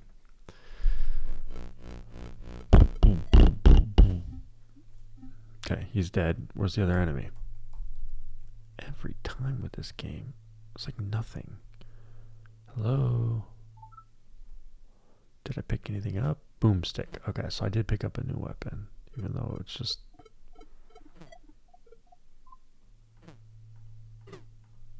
Boomstick missed. Oh, because I fired.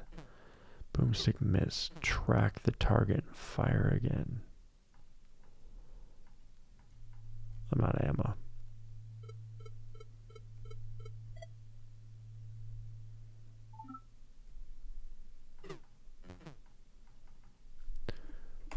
Yep, it didn't do it. Where's the upgrades?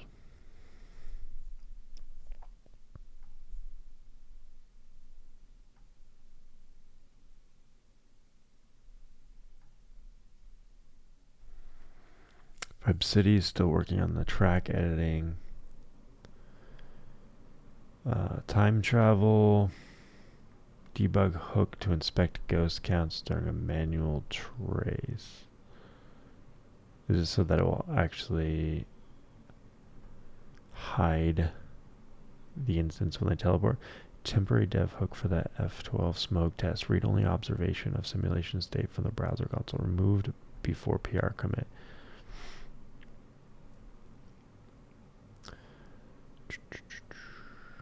Get the position, timeline. Oh, it deleted it. It's testing itself. Pushed. Now also shares the camera rig with the race mode. Okay. Let's see if that's true. See this reload, new version available? That's a feature I try to put in all my games as well. Also that vehicle select's not working because I'm always like this color, right? Oh no, it's just the color that changes, but stays the same.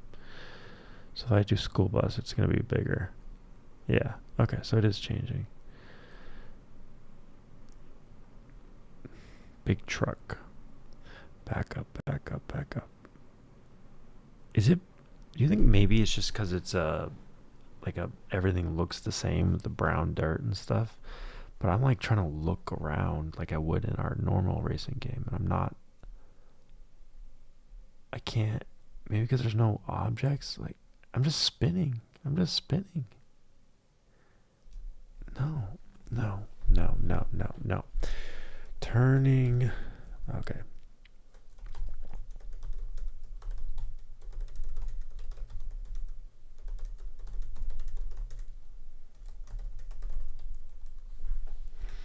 I'm just struggling with that guy.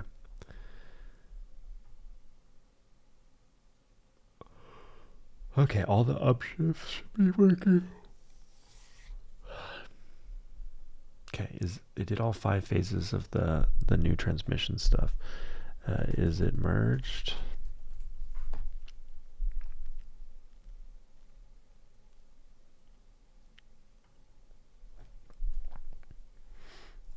Do 2 rounds of review and cleanup, then merge and push.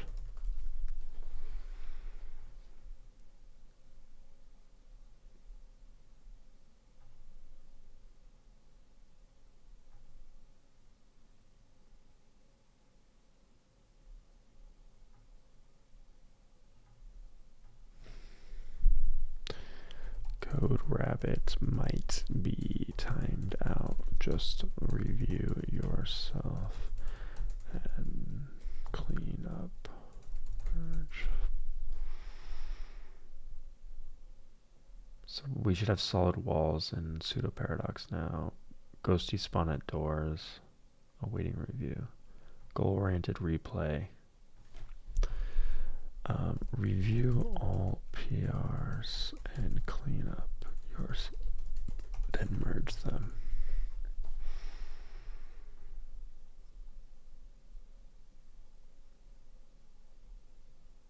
The car visual is 180 off the physics heading. Let me check.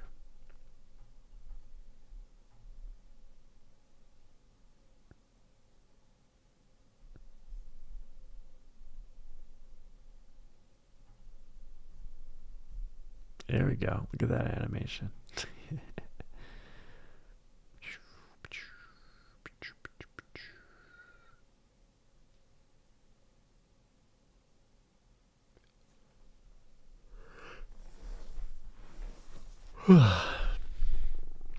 That doesn't quite capture it.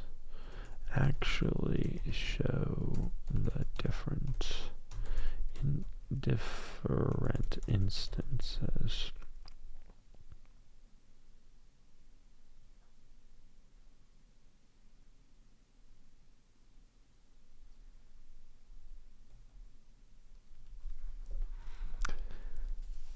So there should be 3 instances. No, I guess that one's gone. There should be 2 here, 2 here, 2 here.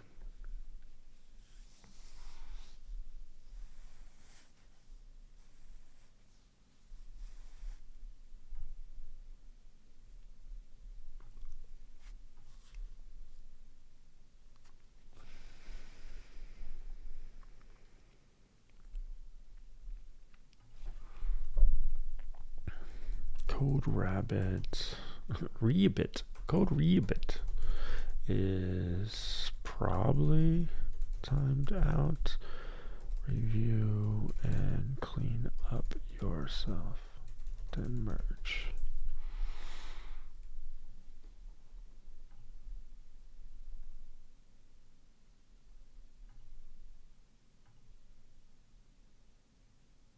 Push. The issue was the car's visual rotation. You said you fixed it before. Do I believe you? No.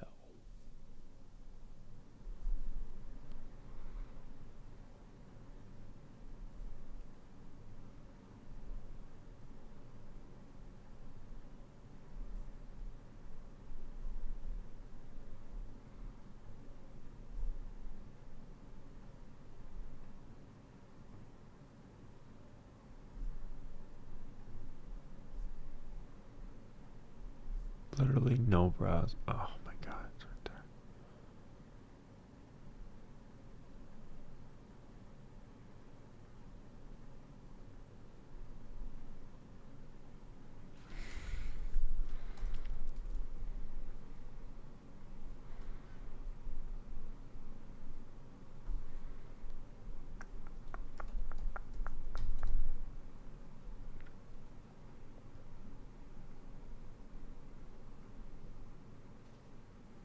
Stop scene, rebuild storm, add gamepad touch.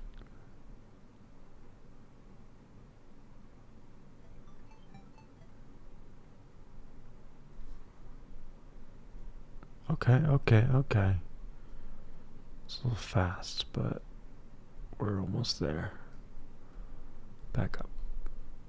It's just we gotta get more parts, and also they shouldn't just die on one hit.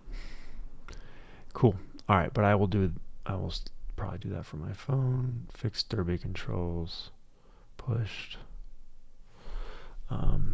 Better. Now review the PR yourself. Clean up and merge. All right, so everybody should be working on merging. I really want to try the gear stuff. Maybe this one is it cleaning up and merging? It found an issue, so yeah, it's trying to merge. All right, what landed? So this merge, this is Vibe Gear. We're gonna hand this over to remote control, so I can work on my phone. Vibe Gear is gonna be tested here.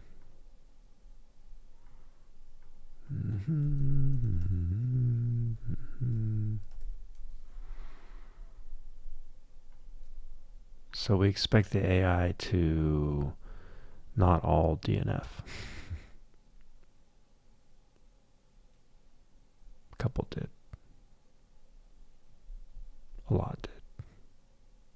How are the trees? Are the trees any better? Nah, they still shrink rapidly when you pass them. I mean, that's kind of what happens, right? Like parallax. Hey, there's a car. Okay. I passed it, but we don't need the big flashing freaking past garbage. And 6 meters back, 6 meters back, 6 meters, like blocking my screen. It looks like I'm like a miniature car in a giant world. So supposed to be light posts? Okay, it's like one step forward, but this game is shit. It's gonna take a while. Alright, 5 years handed off. Flatline is verifying push, settle review.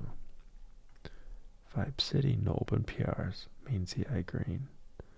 208's main run just kicked off. The user's 3 editor complaints. Okay, well, let's go check Vibe City. Better. Straight road. And then, oh, see this rotation? That's how it decided to show me what the rotation would look like. Here's what I've been trying to get. Like, I want you to see how different this is. Keep in mind, I told it from the very beginning to copy the track editor. Okay, that's one thing I really need to fix. Like, I should be able to get to the track editor without having to go to there. All right, look at this. Look how cartoony but cool this is. You can see all the pieces, right? And then you can rotate them. It's just so much easier. That's what I wanted. And then it does this. So annoying. Whatever. At least now I can... But now the angle's weird. I don't know when it started angling it. I guess to make it more of a SimCity vibe.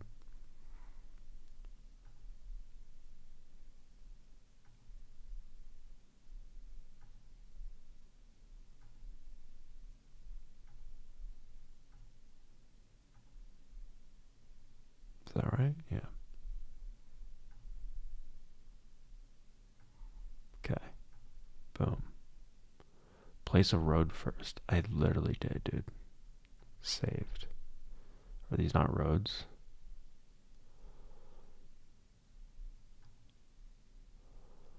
Building.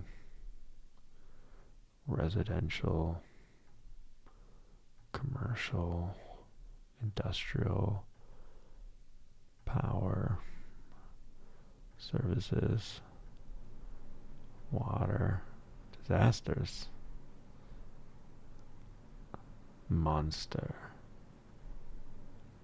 Oh, something's on fire, I think.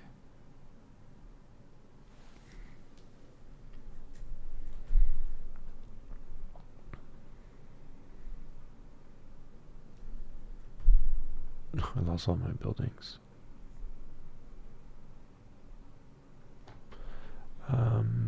Why does it think I don't have any roads?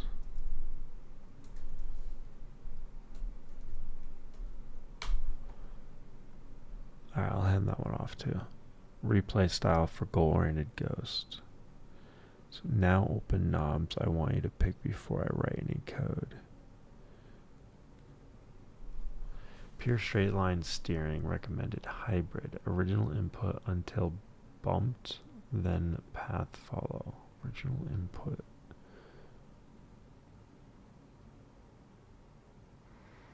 Like go straight to your goal. No, I want original input. How should too delayed be measured for skipping milestones? Ticks behind pure weight tier recommended.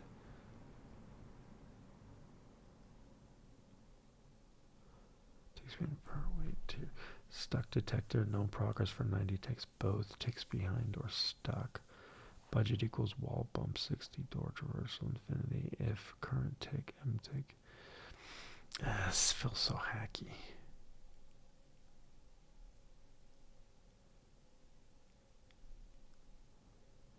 Ticks behind per weight. Alright, go with that. I don't know.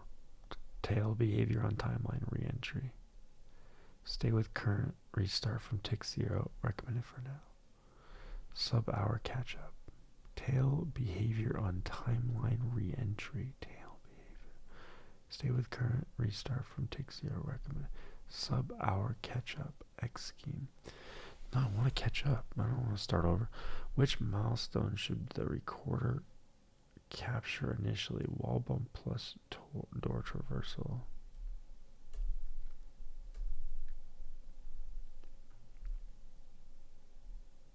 Summary of PR. Admin merged. Is this the sound or transmission stuff? Or Derby? Derby.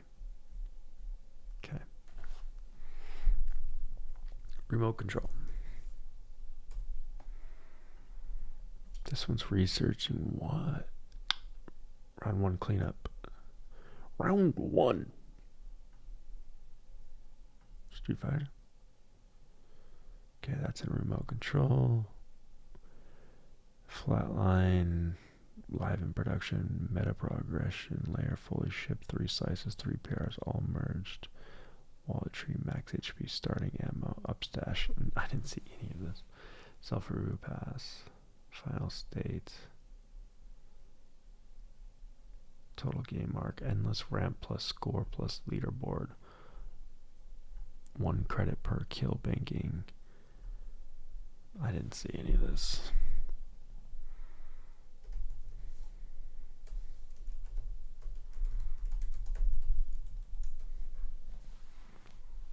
Vibe City, the editor and drive page both call load city better against the same KV key.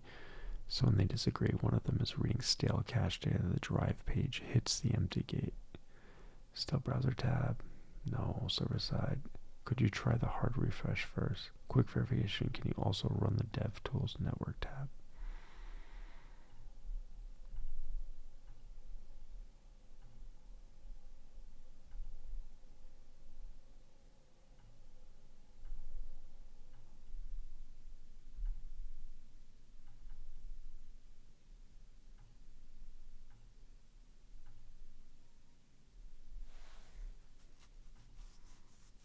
Now it shows up.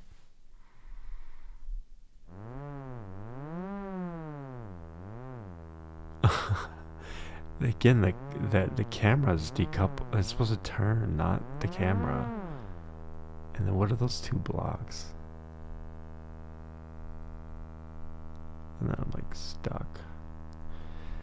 Alright. Ooh, I can edit all this. Cool.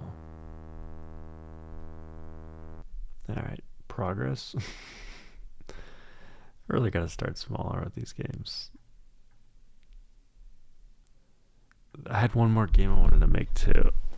Just like keep trying new stuff, but nothing.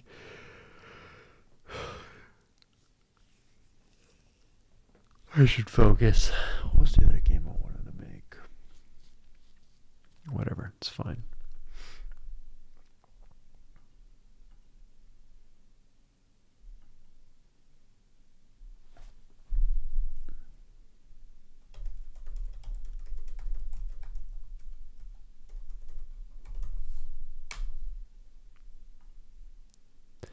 Which fast forward semantic do you actually want? Reading B, resume per turn timeline. Reading A. What does that mean? Reading. Oh, right here. Per visit, fresh plus skip past completed milestones. Each timeline visit replays from tick 0, but milestone which recorded tick is before the current time of day clock are pre-marked as completed, so the ghost spawns mid-path. Exactly. Or resume from where the timeline paused. Each timeline has its own simulation state when you leave. No. One global wall clock. Instance at positions when I land at H, every ghost is moved to position H. Hour 5 timeline really represents the room at 5 wall time, not the nth visit to room 5. Reading C matches the GG narrative most cleanly, but it's the biggest rewrite. Reading B is the most minimal. Just to be super clear, if I bump an instance in one time, then when I loop back to that time, I should see an instance of myself bumping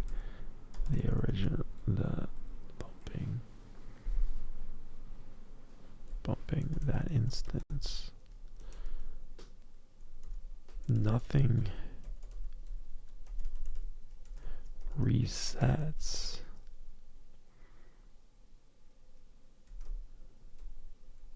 It does reset.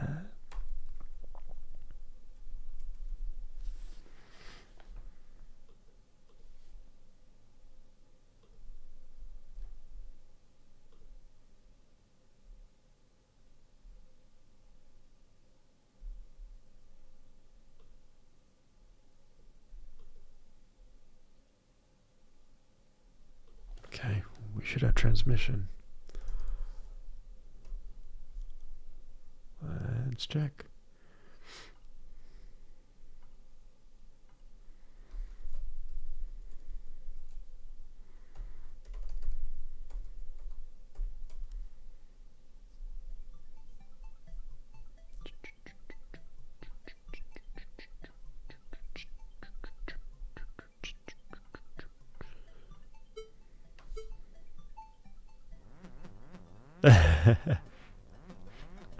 It's like jumping.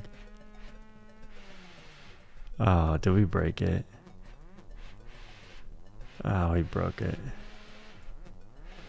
Damn it.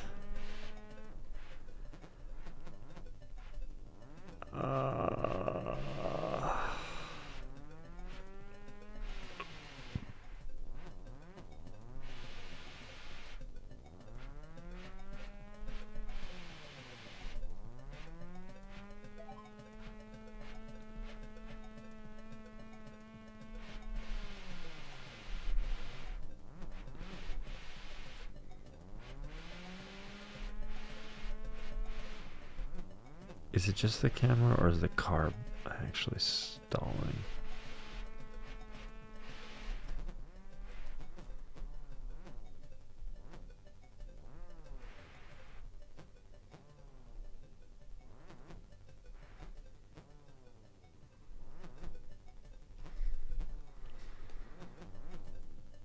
It's definitely not linear anymore, but it's not good either.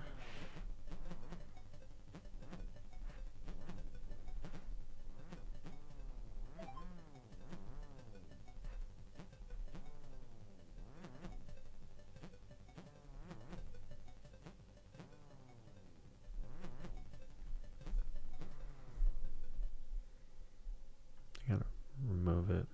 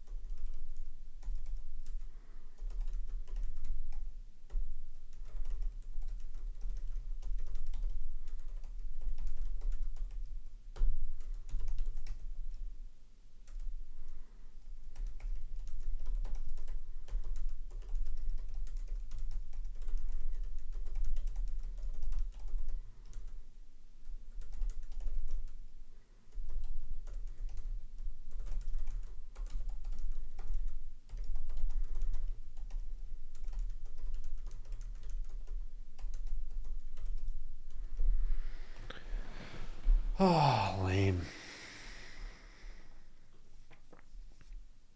I should have tried the PR preview. Concrete check. What should happen when I re-enter the same timeline a second time? Ghost replay from tick 0. Current behavior. Ghost resume where they were paused. Ghost fast forward to position at the wall clock time I land at.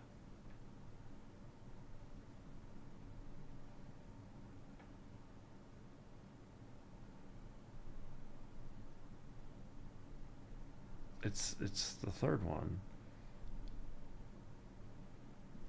Walk south, bump older instance at tick 50. Traverse door at tick 100. My recording ticks 0 through 100 becomes a ghost in this timeline.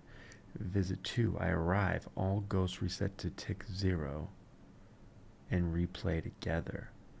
The visit 1 ghost walks south, bumps older instance of tick 50, traverses at tick 100, same as before. Determinism. Yes, but if the wall clock jumps to tick 200, like this would still be true, right? I mean, if if one of these I stayed around until tick 200, and then I will loop back around, yeah, the original bump still happens, but also if I jumped to 200 from 50 to 200, I should see the guy that was there at 200. Replay from tick 0. No.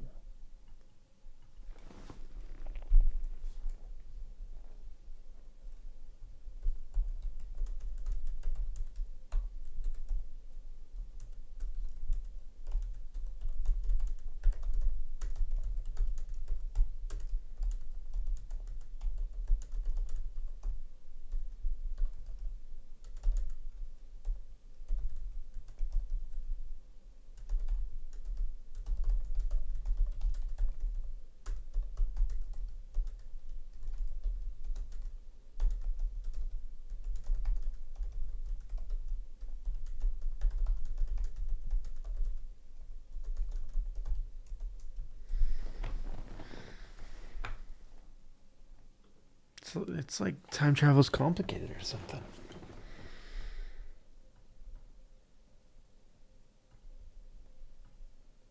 Remote. Just these two then.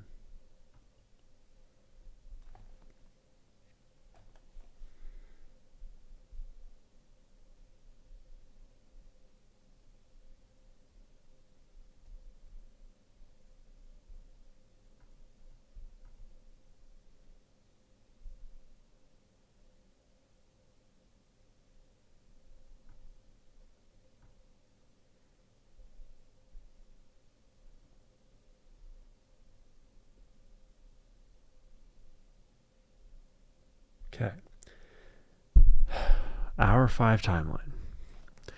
A past instance recorded with start tick 0, length 500, walks to the south door at tick 250. Visit 1. I traverse a door whose destination is hour 5 at tick 200. On arrival, the past instance is alive, 200 to 250, and shown a position at tick 200 of the recording. At tick 250, the past instance hits their door milestone and despawns. I keep playing. I leave at tick 400. My recording is filed with start tick 200, length 200. Visit 2. I traverse a door whose destination is hour 500 at tick 300. The original past instance is gone. They left at 250. My visit 1 recording, start tick 200, length 200, was alive from tick 200 to 400. At tick 300, I'm in mid-recording. So visit 1 me appears at position at tick 100 of that recording. I keep playing from tick 300. Yes. Does each door specify a destination tick, or is the destination tick derived? Each door pins a destination timeline tick. Destination tick is derived from how long you've been playing. Yes. They're wall clock times. It's using tick, but like, no, there's going to be like a 5 o'clock time. But then when you get to 5 o'clock,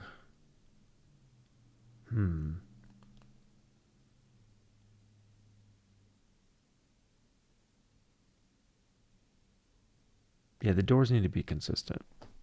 Like, you need to have a door that goes back to 12 o'clock, a door that goes to 5 o'clock, a door that goes to 11 o'clock, whatever. And they're always there. And you can go in them in any order, as many times as you want. And you can mess around with past instances that have visited those same types or stayed in their time until they overlapped.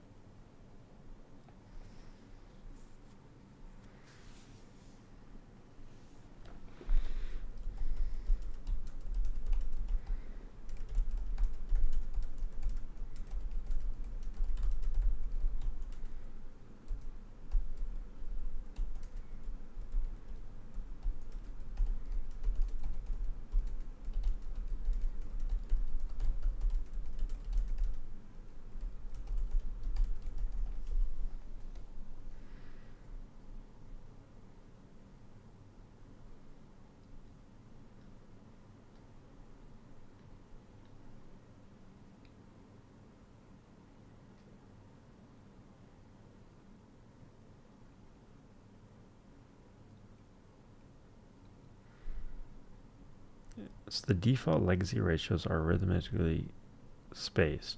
Geometric spacing is opt-in. The dynamic flag and only applies when the player is enabled, enhanced, whatever. I wonder if all of that math is fine. It's literally the part where I try to shake the camera or something messed it up. But like having a more dynamic, ratios is what I really wanted.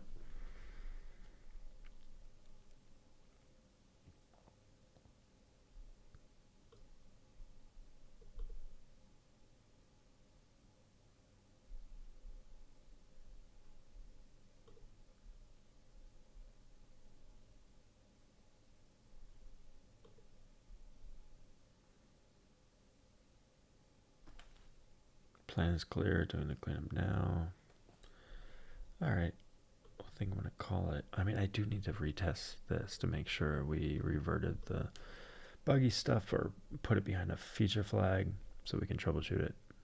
But it's not going to mess up people who are actually playing.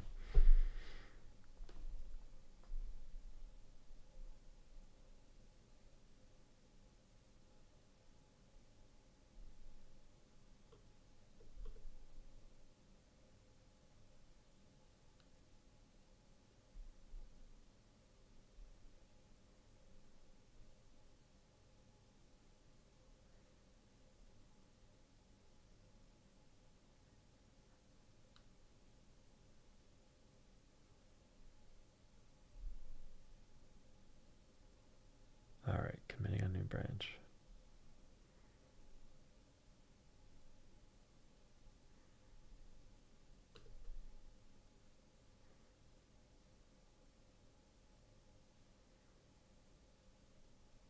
Open a PR. Let me test it. There we go. Of course, it opened it on the other browser. Oh, it just merged it really fast. Okay, well, hope you trust yourself there, buddy. It's still deploying.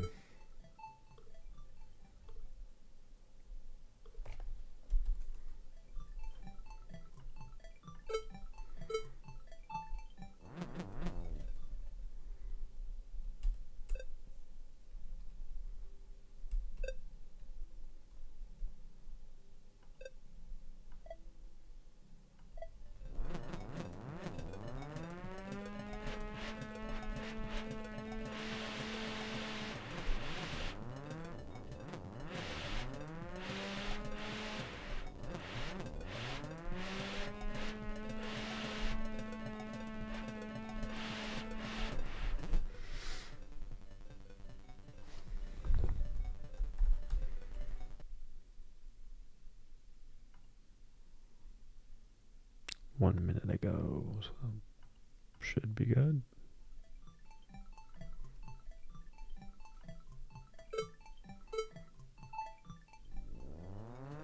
Okay, it's back.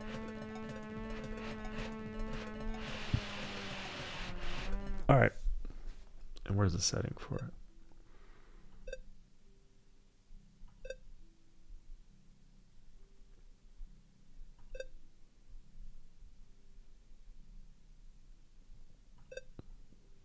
Enhanced shifting experimental RPM. So turn it back on. Broken. Cool. Great. We can fix it later now. Actually, let me try one thing. Manual. Fine. Yeah, as soon as I switch. Boom, boom. All right.